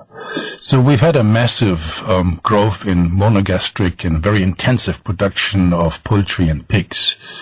We've also had a very rapid growth in milk production, but a lot of that has really not taken into consideration the environmental impact, the climate change impact, but also some of the zoonotic and disease issues that are related to that type of rapid growth in the livestock sector. And so what percentage of the total anthropogenic greenhouse gas emissions come from livestock? Well, we have calculated that the total contribution of livestock systems to anthropogenic global warming is about 14 to 15%. Half of that is what we call direct emissions, which have to do with enteric methane from ruminants, cattle, buffaloes, sheep and goats, and from animal manure, both in the form of nitrous oxides and methane. The other half is really related to mostly feed production, where either pastures release carbon or where greenhouse gases are emitted in the production of feed crops. For example, take maize, which require a lot of nitrogen. Maize goes to animals, so we have included that in the 14.5% that I mentioned before. The livestock sector is a contributor to global warming, but it's also a sector that many people depend on for their food and income. How important is livestock to eradicating hunger? Well, the livestock sector is contributing to the goal of eradicating hunger by being a mainstay of livelihood for many pastoralists and smallholders, hundreds of millions we reckon, that depend on livestock for their livelihoods. And it provides directly food. It provides income, even more important than food, that you get money to do food purchases. It provides, importantly, also a buffer. The largest capital form of pastoralists and smallholders are in animals. So they store all their wealth in animals, something that can be mobilized if there's a need. It gives a buffer, it gives a stability to their livelihoods, which they won't have otherwise. Now, we have a growing global population. We're going to need to produce more food than ever before, but this is going to put a huge strain on resources and, of course, increase greenhouse gas emissions. So how do we do this? How can we boost livestock production to feed more people and at the same time reduce emissions? It will be difficult, but we have identified a variety of approaches that can help us to do that. We know that at least 50% more of animal products will have to be produced by the year 2050. We know that through improvements in productivity, we can in some areas really bring down emissions on a per unit basis. We also know that the pastures of this world can help in capturing carbon, can be restored, can be brought back into productivity by really looking at restorative grazing practices. And we also know that some of the so-called waste products that we have in the bioeconomy can be really well recycled through livestock, making use of food waste, for example, making better use of agro-industrial byproducts, making better use of crop residues and all the other materials that are available without necessarily producing feed for the purpose of feeding animals. So looking into the future, do you see meat still being a big part of our diets? I think there will be a gradual convergence in diets. So what you will see is that the so-called global south is still engaged mostly in a catch-up process to levels that the developed countries have reached.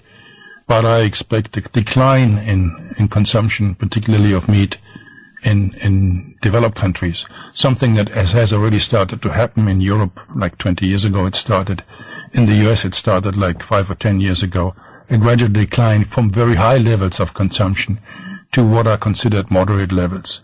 And in countries like in Africa, where the average is less than 20, or even looking at South Asia, where it is less than 10, there is a large increase that we still have to expect. And the largest absolute increase will be in Africa, where we have most of the population growth in the future, but hopefully also most of the income growth in future. In an ideal world, what does a sustainable livestock industry look like to you? In an ideal world, the livestock sector would probably go back a little bit to its origins. Why do we keep animals to start with? We keep animals because it allows us to feed more people than we would be able to do without livestock. So that's very simple. But in many cases, it's no longer doing that. In many cases, it has become a detractor of overall food supply, a better food supply if you wish, but less than we would have otherwise. So in a way, I'm looking at the livestock sector at doing it better, but maybe producing less for those who have already more than their necessary or healthy intake of products. I will also look at a livestock sector that is much more based on resources that have no alternative use, things that can't be used otherwise, and really looking at recycling of biomass more systematically in order to support the livestock sector. And reducing losses and waste is another way of achieving this. And finally, the question of alternatives. We should not close our eyes that there are different forms of providing animal protein, of also providing feed protein to animals, and that we should really explore all these alternatives with some vigor. Henning Steinfeld, thank you for your time. Thank you. That was Henning Steinfeld, Chief of Livestock Information, Sector Analysis and Policy Branch at the Food and Agriculture Organisation.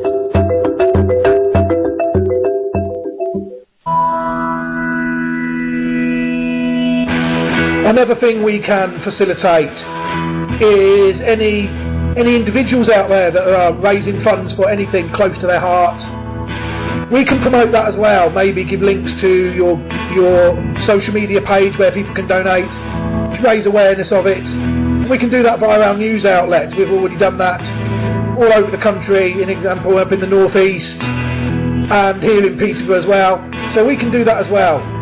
So if anybody would like their own individual charity endeavours publicised or awareness raised of them prior to the event, or a good news story at the end, amount raised, etc., etc., all the great work done with the funds, then get in touch with us at info@Reprieve Media CIC .epizy.com. I'll also give that address one more time, info@Reprieve Media CIC.epizy.com, and we will hopefully be able to, we will certainly be able to facilitate that as well. My family and I are shaking off the salt. But did you know, most of the salt we eat doesn't come from the salt shaker. It's already in the foods we buy. Sauces, ready meals, cereals. It's surprising where salt pops up. That's why we use the Change for Life food scanner app. With a simple scan of the barcode, it shows us how much salt is in our favourite food, so we can make healthier choices. Easy. Be food smart. Download the food scanner app today.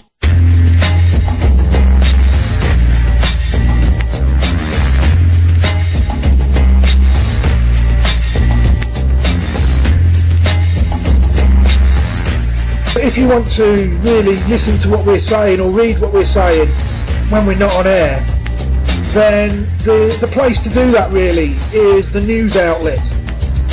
It's called Essential Reading online, and I will give you the website for that now. It is www.essentialreading.freecluster.eu. That's essentialreading.freecluster, FREE cluster CLUSTER.EU.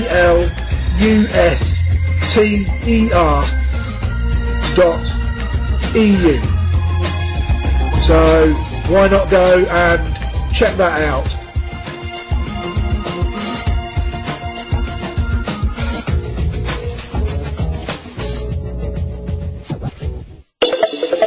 February 13th, it's World Radio Day. Through FM, longwave, digital or the internet. Radio hands you the mic, gives you the floor, listens to you.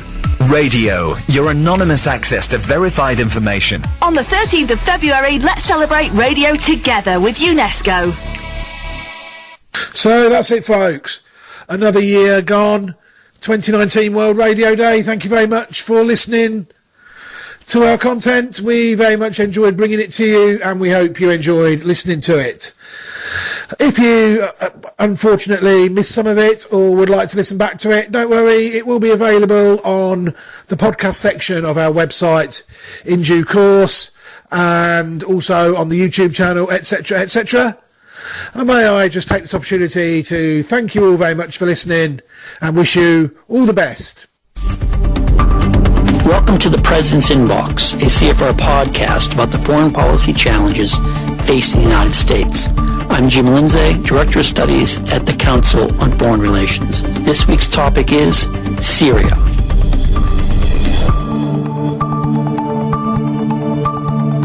With me this week to discuss the Trump administration's plans for withdrawing U.S. troops from Syria is Mona Yacoubian. Mona is Senior Advisor for Syria, Middle East, and North Africa at the United States Institute for Peace. She previously served as Deputy Assistant Administrator in the Middle East Bureau at USAID from 2014 to 2017, where she had responsibility for Iraq, Syria, Jordan, and Lebanon. Mona, thanks for joining me today. Thanks for having me. Perhaps we could start off with what people in Washington call a sit-rep. Sort of what is the status on the ground in Syria today? Well, Jim, and thanks for having me. I think the best way to think about what's happening on the ground in Syria today is to take a step back. And I would highlight really two key trends that I think are shaping the trajectory of the conflict on the ground. The first is the regime of Bashar al-Assad consolidating its control. This is a regime whose survival is now no longer in question, at least for the short to medium term. And so we've seen the regime regain control over much of Western Syria and also parts of Eastern Syria. But that comes with a particularly new set of circumstances, which is the involvement of Russia, of course, and as well the entrenchment of Iran. So that's trend one. Trend two is that we are seeing the sort of waning of the military campaign against ISIS. It's now reported that ISIS's hold is now down to maybe a few villages in far southeastern Syria along the border with Iraq. So as that military campaign comes toward a close, that's sort of raising a whole bunch of new questions, latent conflicts that are coming to the fore, as well as, of course, the question of U.S. presence and its impending withdrawal. But let's start with the second trend first, and then we'll move to the broader issue of the future of the Syrian regime and its place in the region. But looking at the issue of trying to defeat the Islamic State, when President Trump announced in mid-December that he wanted to take troops out and take them out quickly, he presented it as the Islamic State had been defeated. In the following weeks, the actual level of airstrikes against the Islamic State went up. Administration officials admitted that while they had the Islamic State on its heels, they hadn't yet defeated them. I think a point that was brought home by the suicide bombing in Manbij, which killed, I believe, 4 Americans earlier in January. So as we're looking at this, what is your sense of the administration's sort of strategy going forth in dealing with the Islamic State? Again, we're down to, as you point, a couple of villages. A leader of Syrian Defense Forces said not too long ago that he thought they might be defeated within a week. How do you see that playing out, particularly given that, as I understand it, while some U.S. military equipment has come out of Syria, U.S. troops haven't begun to come home? Right. Well, I think the question of defeat the term itself is a bit slippery when it comes to groups like ISIS. And you'll note that the administration often in its formal pronouncements talks about a desire for the enduring defeat of ISIS.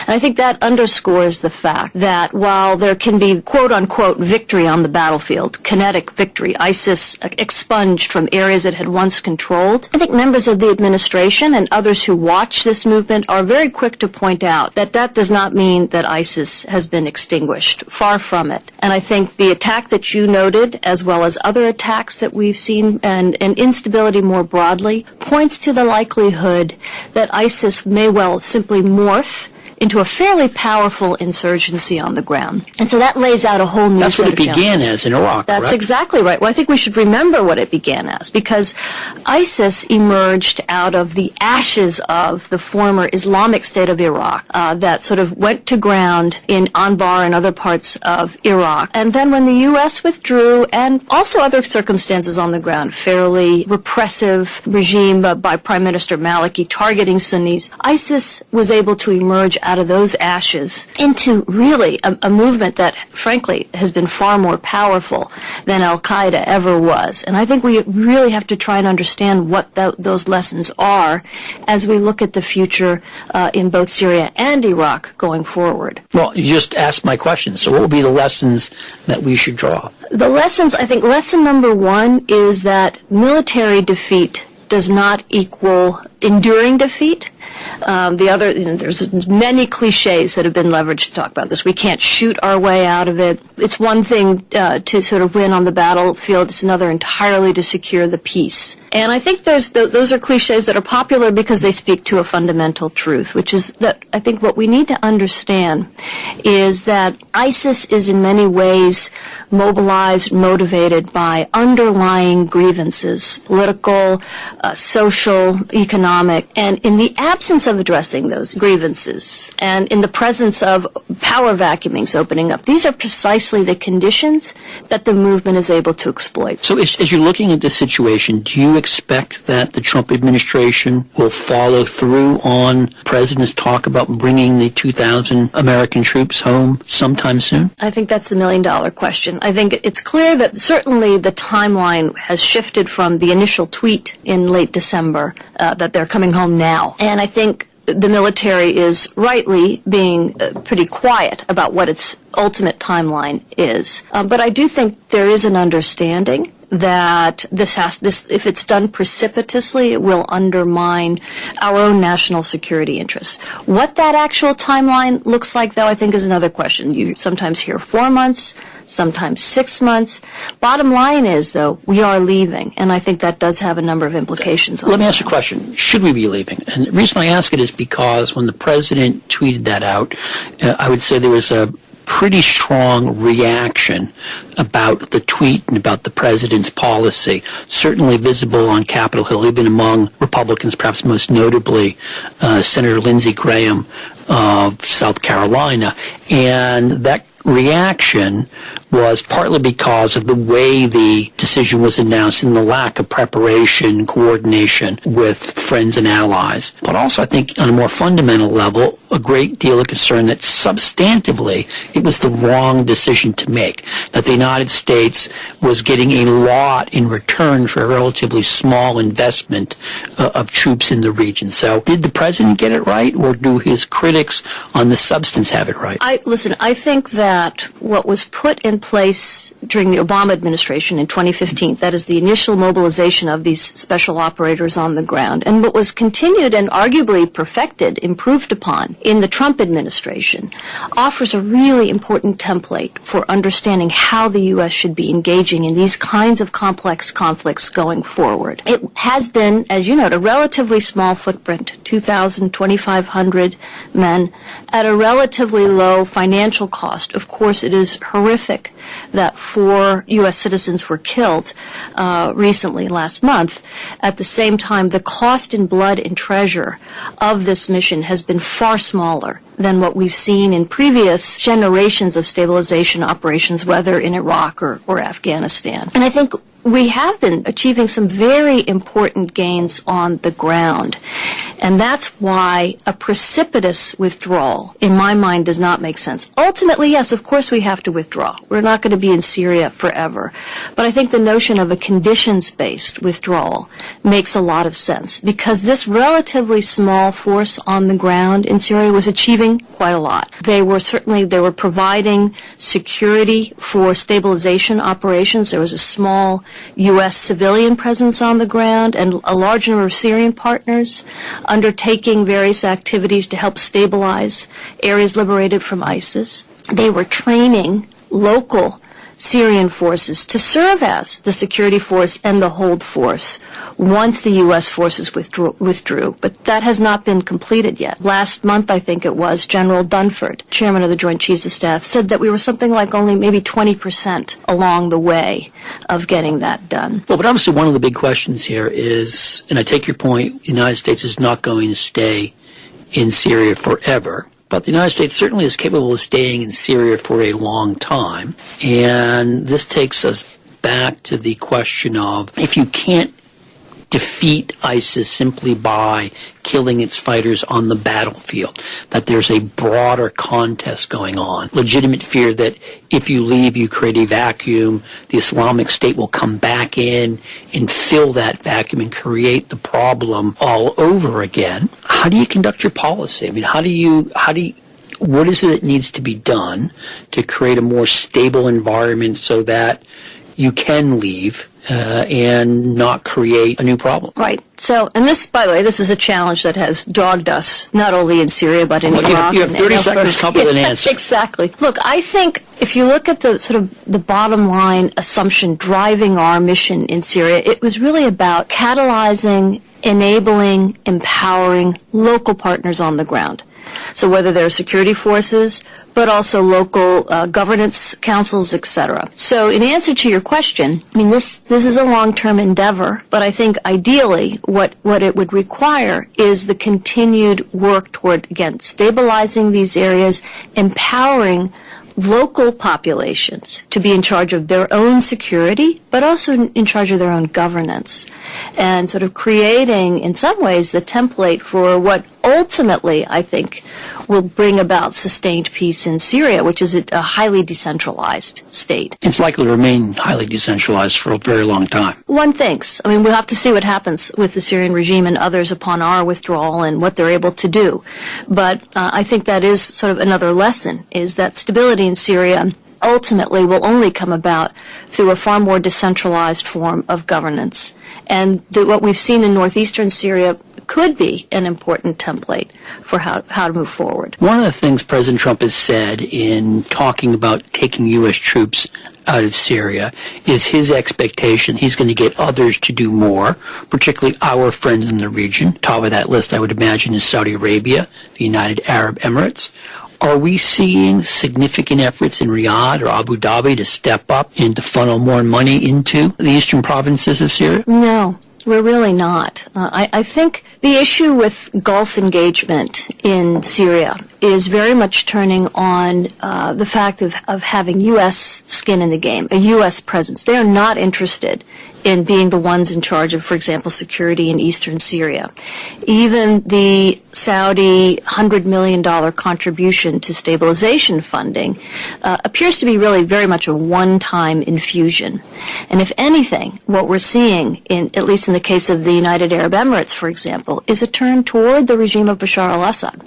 So the UAE has reopened its embassy in Damascus. Are they letting bygones be bygones? They're sort of redoing their calculus in terms of what is the future of that country. So cold-blooded geopolitical calculation. Absolutely. I think that's exactly right. Okay, so let's talk about what's happening in eastern Syria and how it figures in the broader regional setting, particularly in light of your first trend that you cited, which is Assad looks to have won. He's gone from seeming to be a man who was about to be pushed out of power to now thanks to a lot of help from the Russians and also from the Iranians, having consolidated power and defeated many of his adversaries, though he doesn't entirely control the country. There are broad swaths of the country that are governed by others.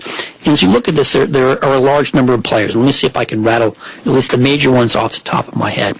We have America's allies in eastern Syria, Syrian Kurds, who have allied with the United States against the Islamic State. We have Syria's northern neighbor, the Turks, which view those Syrian Kurds allied with the United States as a terrorist threat to Turkey. We obviously have the government of Damascus, Mr. Assad. We have the Russians. We have the Iranians. The Israelis are also a greatly interested partner. My understanding, they were taken aback by the Trump announcement because they saw that as potentially emboldening the Iranians. Indeed, National Security Advisor John Bolton had said before the president's tweet that we were going to stay in Syria for a long time precisely to prevent the Iranians from building this essentially land bridge from Tehran to the Levant. So there are a lot of moving parts here. So let's break them up in chunks. Let's take first sort of the Turkey-U.S.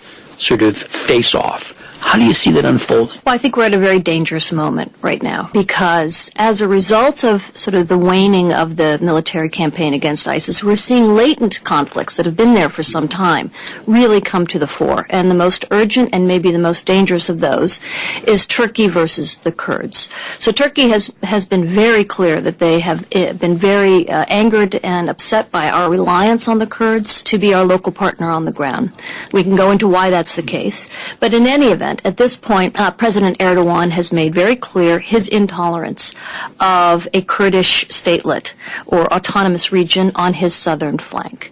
And so this has precipitated quite a bit of back and forth between the U.S. and Turkey. Potential flashpoint took place in Manbij, the same place where the Americans were killed, where there was concern at one point that Turkey, a NATO ally, could go toe-to-toe with the United States in that flashpoint area.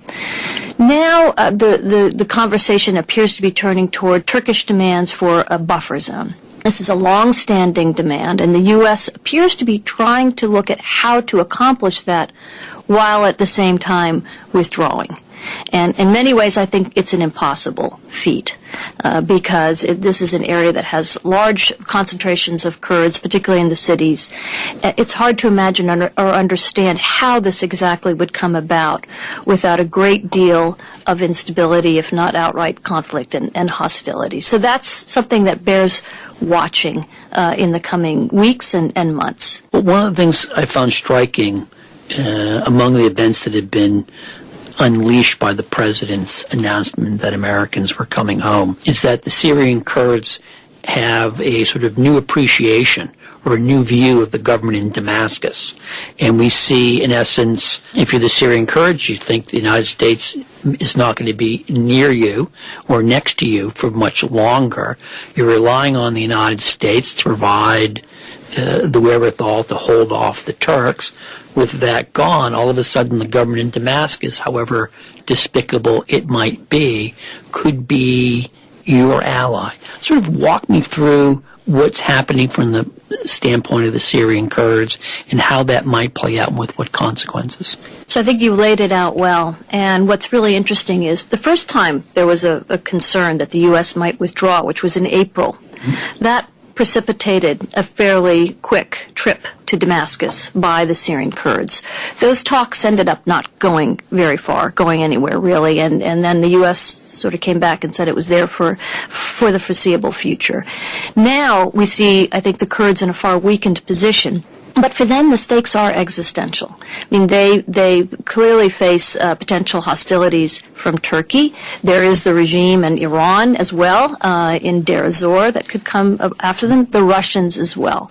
So I think the Kurds are sort of looking at the hand they now have and making the calculation that ultimately they're going to have to come to some sort of agreement or accommodation with Damascus. What might that look like, and what were the consequences such an accommodation be? It's a really good question, and I think much is going to depend on what happens in the coming weeks and months. Do the Turks, in fact, make good on their threats to go in? Does Russia intervene? So the Russians have also, they're perhaps the key player in this, and the Kurds have been talking to Damascus. They've also been engaged with the Russians, and so potentially one could see the makings of some grand bargain. I think it's a long shot, but I think this is what the Russians are trying to do, where they satisfy the Turks' security concerns by having a re-entry of the regime and Russia back to these Kurdish areas. And they're able to address as well some degree of autonomy, semi-autonomy that the Kurds are demanding. Now, what that looks like and how much they're able to get is an open question. But again, they're now bargaining from a much weaker position.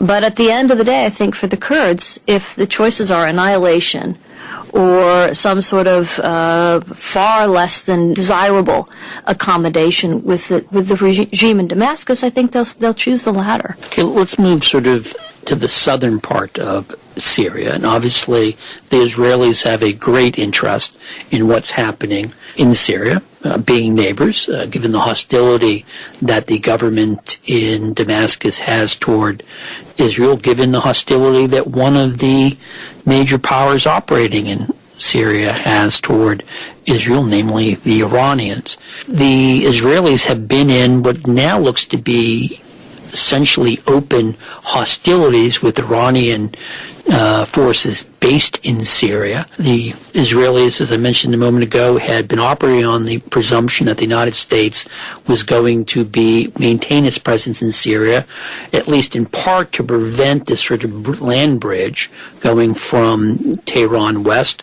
Perhaps the United States will stay there longer, but certainly if you are an Israeli official, you have to worry about what happens if in fact the president follows through on whether either his threat or his promise, depending upon how you view this. So how are the Israelis thinking about this, and what are they doing? I think the Israelis are quite alarmed at where things are in Syria today. And this actually marks maybe the second potential flashpoint, and that is one between Israel and Iran.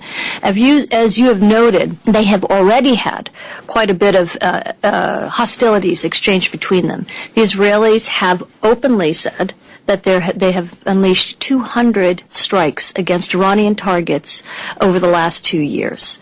And I think Israel clearly is concerned that Iran is entrenching itself in Syria militarily. When I noted that Assad was able to consolidate his control, it's in large part due to Iran's military presence on the ground in Syria through its proxies. There are estimates of as 25,000 or more proxies on the ground, including Hezbollah, the Lebanese Shia militia. And so this is not a return to the status quo ante. This is a new Syria. This is a Syria that is now going to have a deep and entrenched, potentially deep and entrenched Iranian military presence, something that the Israelis said they will not tolerate. Well, and that's interesting because it, of course, takes place against the backdrop of President Trump insisting he will do whatever it takes to secure Israel's security.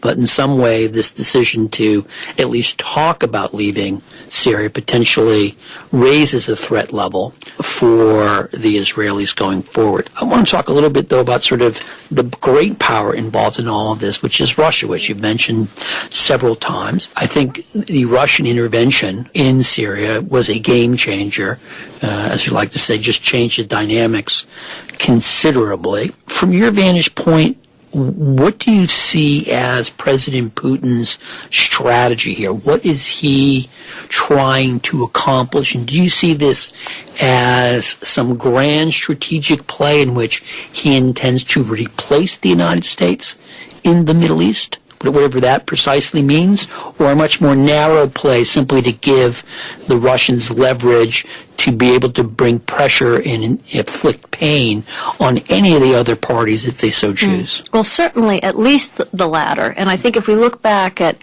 what brought Russia in to begin with, which was in the fall of 2015, when the Assad regime was clinging barely to power, I think there was real concern on the part of the regime and Russia that the regime could fall. And so Russia came in and indeed turned the tide of the war in my view, without a doubt. Now I think the Russians are looking to sort of consolidate those gains. I don't think they want to be entangled in Syria militarily for any extended period of time. I think they are concerned about a quagmire potentially down the road. So now they're looking, I think, to try and use the advantage that they have to work some deals to end up having some sort of settlement to the conflict that leaves Bashar al-Assad in power and that has some sort of international blessing. And now, whether they're able to do this or not, of course, is a whole other question. But I don't see Russia withdrawing anytime soon from Syria. I do see them trying to turn from a deeply military engagement into one in which they are able to sort of allow the regime to consolidate its hold and look to negotiate, as I said, a political settlement to the conflict on its terms. We've talked a little bit about the risks to the United States in this situation. What are the risks to the Russians being involved, given the complexity, the shifting alliances, given the potential flashpoints for broader conflicts? Do the Russians risk overplaying their hand? And if so, how would their interests be hurt? I think so. I mean, Syria is a minefield. It's just filled with, we've already talked about any number of flashpoints. We didn't talk about Idlib, which is another impending flashpoint in the northwest. So I think, Russia has had to play the role of mediating now all of these various powers, Israel and Iran, for example. Also the issue with Turkey. Are they able to sort of control or have some sway over how Turkey engages itself in Syria?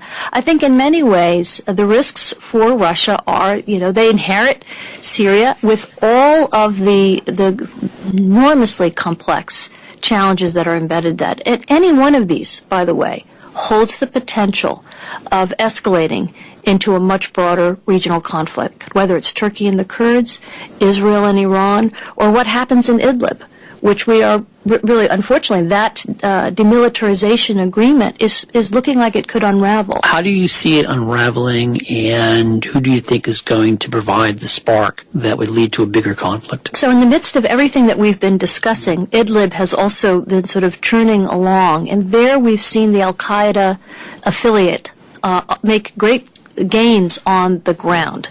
The Russians are claiming that they now hold 70% of this governorate. This is an area that this demilitarization agreement that was negotiated with Turkey in September of last year was meant to sort of contain those extremists. If anything, they've actually expanded and consolidated their control. So we are already seeing the Syrian regime launch some probing attacks into the southern part of this governorate.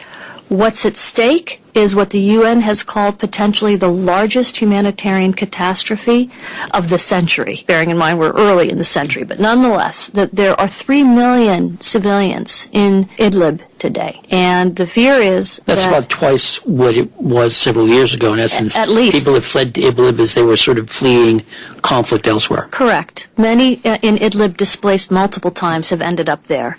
And so the concern is this could unleash this enormous humanitarian catastrophe, as well as a flow of refugees toward the Turkish border. And of course for Turkey, who hosts the largest number of Syrian refugees, 3.5 million, Turkey has said they will not be able to take any more on. So Russia owns this in some ways. Russia will own this problem if that's what happens. And that may be, in part, what impelled them to negotiate the deal they did with Turkey earlier in September, when the U.S. and the Europeans and others were making some really threatening noises about what would happen if Idlib blows up. I could imagine some people listening to our conversation would say, well, the United States for decades has been the country sort of left trying to keep things from blowing up and getting worse. We've borne the costs of trying to prevent conflict. Why is it bad that we, in essence, aren't doing it this time, and the Russians get stuck with the headache of trying to keep this all under control? If it didn't have any impact, I guess the cold, cruel calculation would be if it had no impact on our own national security interests, fine. But I think one of the lessons we've learned from Syria is that it's very difficult to contain the chaos that is Syria. And in particular, I think issues related to not only refugee flows, which are significant and which we have seen have reverberated into Europe, had a role perhaps in Brexit and maybe even have reverberated into our own country as well. There's also the issue of terrorism and external operations planning. That's what prompted us in part to go in with such urgency in 2015. That problem hasn't gone away. And so we have to remain concerned about what happens in Syria if it remains an unstable and chaotic place. On that sobering note, I'm going to close up the President's Inbox for this week. My guest has been Mona Yacoubian. Mona is Senior Advisor for Syria, Middle East, and North Africa at the United States Institute for Peace. Mona, thanks for joining me. Thank you so much. Please subscribe to the President's Inbox on Apple Podcasts or wherever you listen and leave us a review. They help us get noticed and improve the show. Opinions expressed in the President's Inbox are solely those of the host or guest, not of CFR, which takes no institutional positions. Today's episode was produced by Zoe Collis with senior producer Jeremy Sherlick. Sydney Burton was our recording engineer. Special thanks go out to Corey Cooper and Gabrielle Sierra for their assistance. This is Jim Lindsay. Thanks for listening.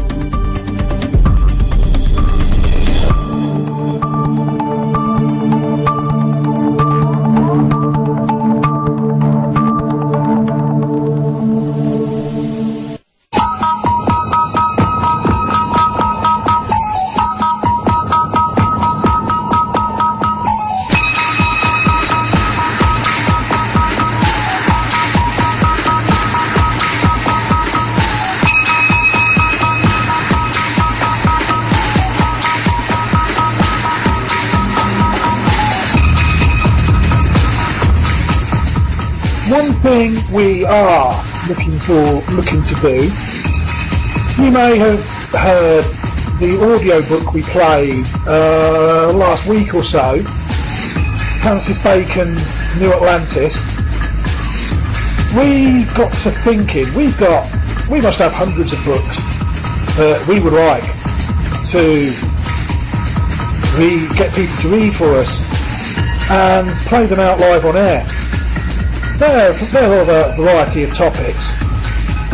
So, if you feel that you would benefit, maybe you're an actor or something, I don't know, you like to just read scripts and practice a bit of reading, audio reading, then get in touch with us here at Reprieve Media CIC. And we will give you a book to read for us, and you can read it and send us the electronic copy, and we will play it live on air. We will give you full credit for the reading. We'll give you maybe an interview or an article if you might be running a community play group or something, a voluntary organisation that we can promote as well. So get in touch with us if you would like to read a book for Reprieve Media CIC, and we will play it live on air. You get in touch at the usual place. It's info@reprievemediacic.epeasy.com. That's info@reprievemediacic.epeasy. That's EPIZY.com. And we'll send you a book and we'll take it from there.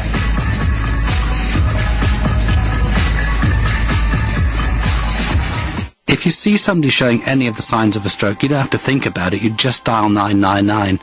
Use the FAST test. F. Face. Has their face fallen on one side? Can they smile? A.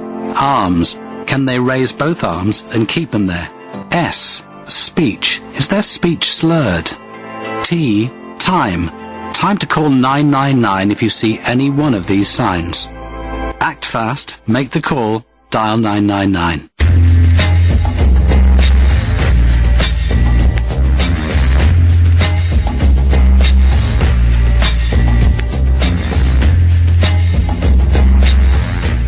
If you want to really listen to what we're saying or read what we're saying when we're not on air, then the place to do that really is the news outlet. It's called Essential Reading online, and I will give you the website for that now. It is www.essentialreading.freecluster.eu. That's essentialreading.freecluster, FREE cluster, CLUSTER.EU.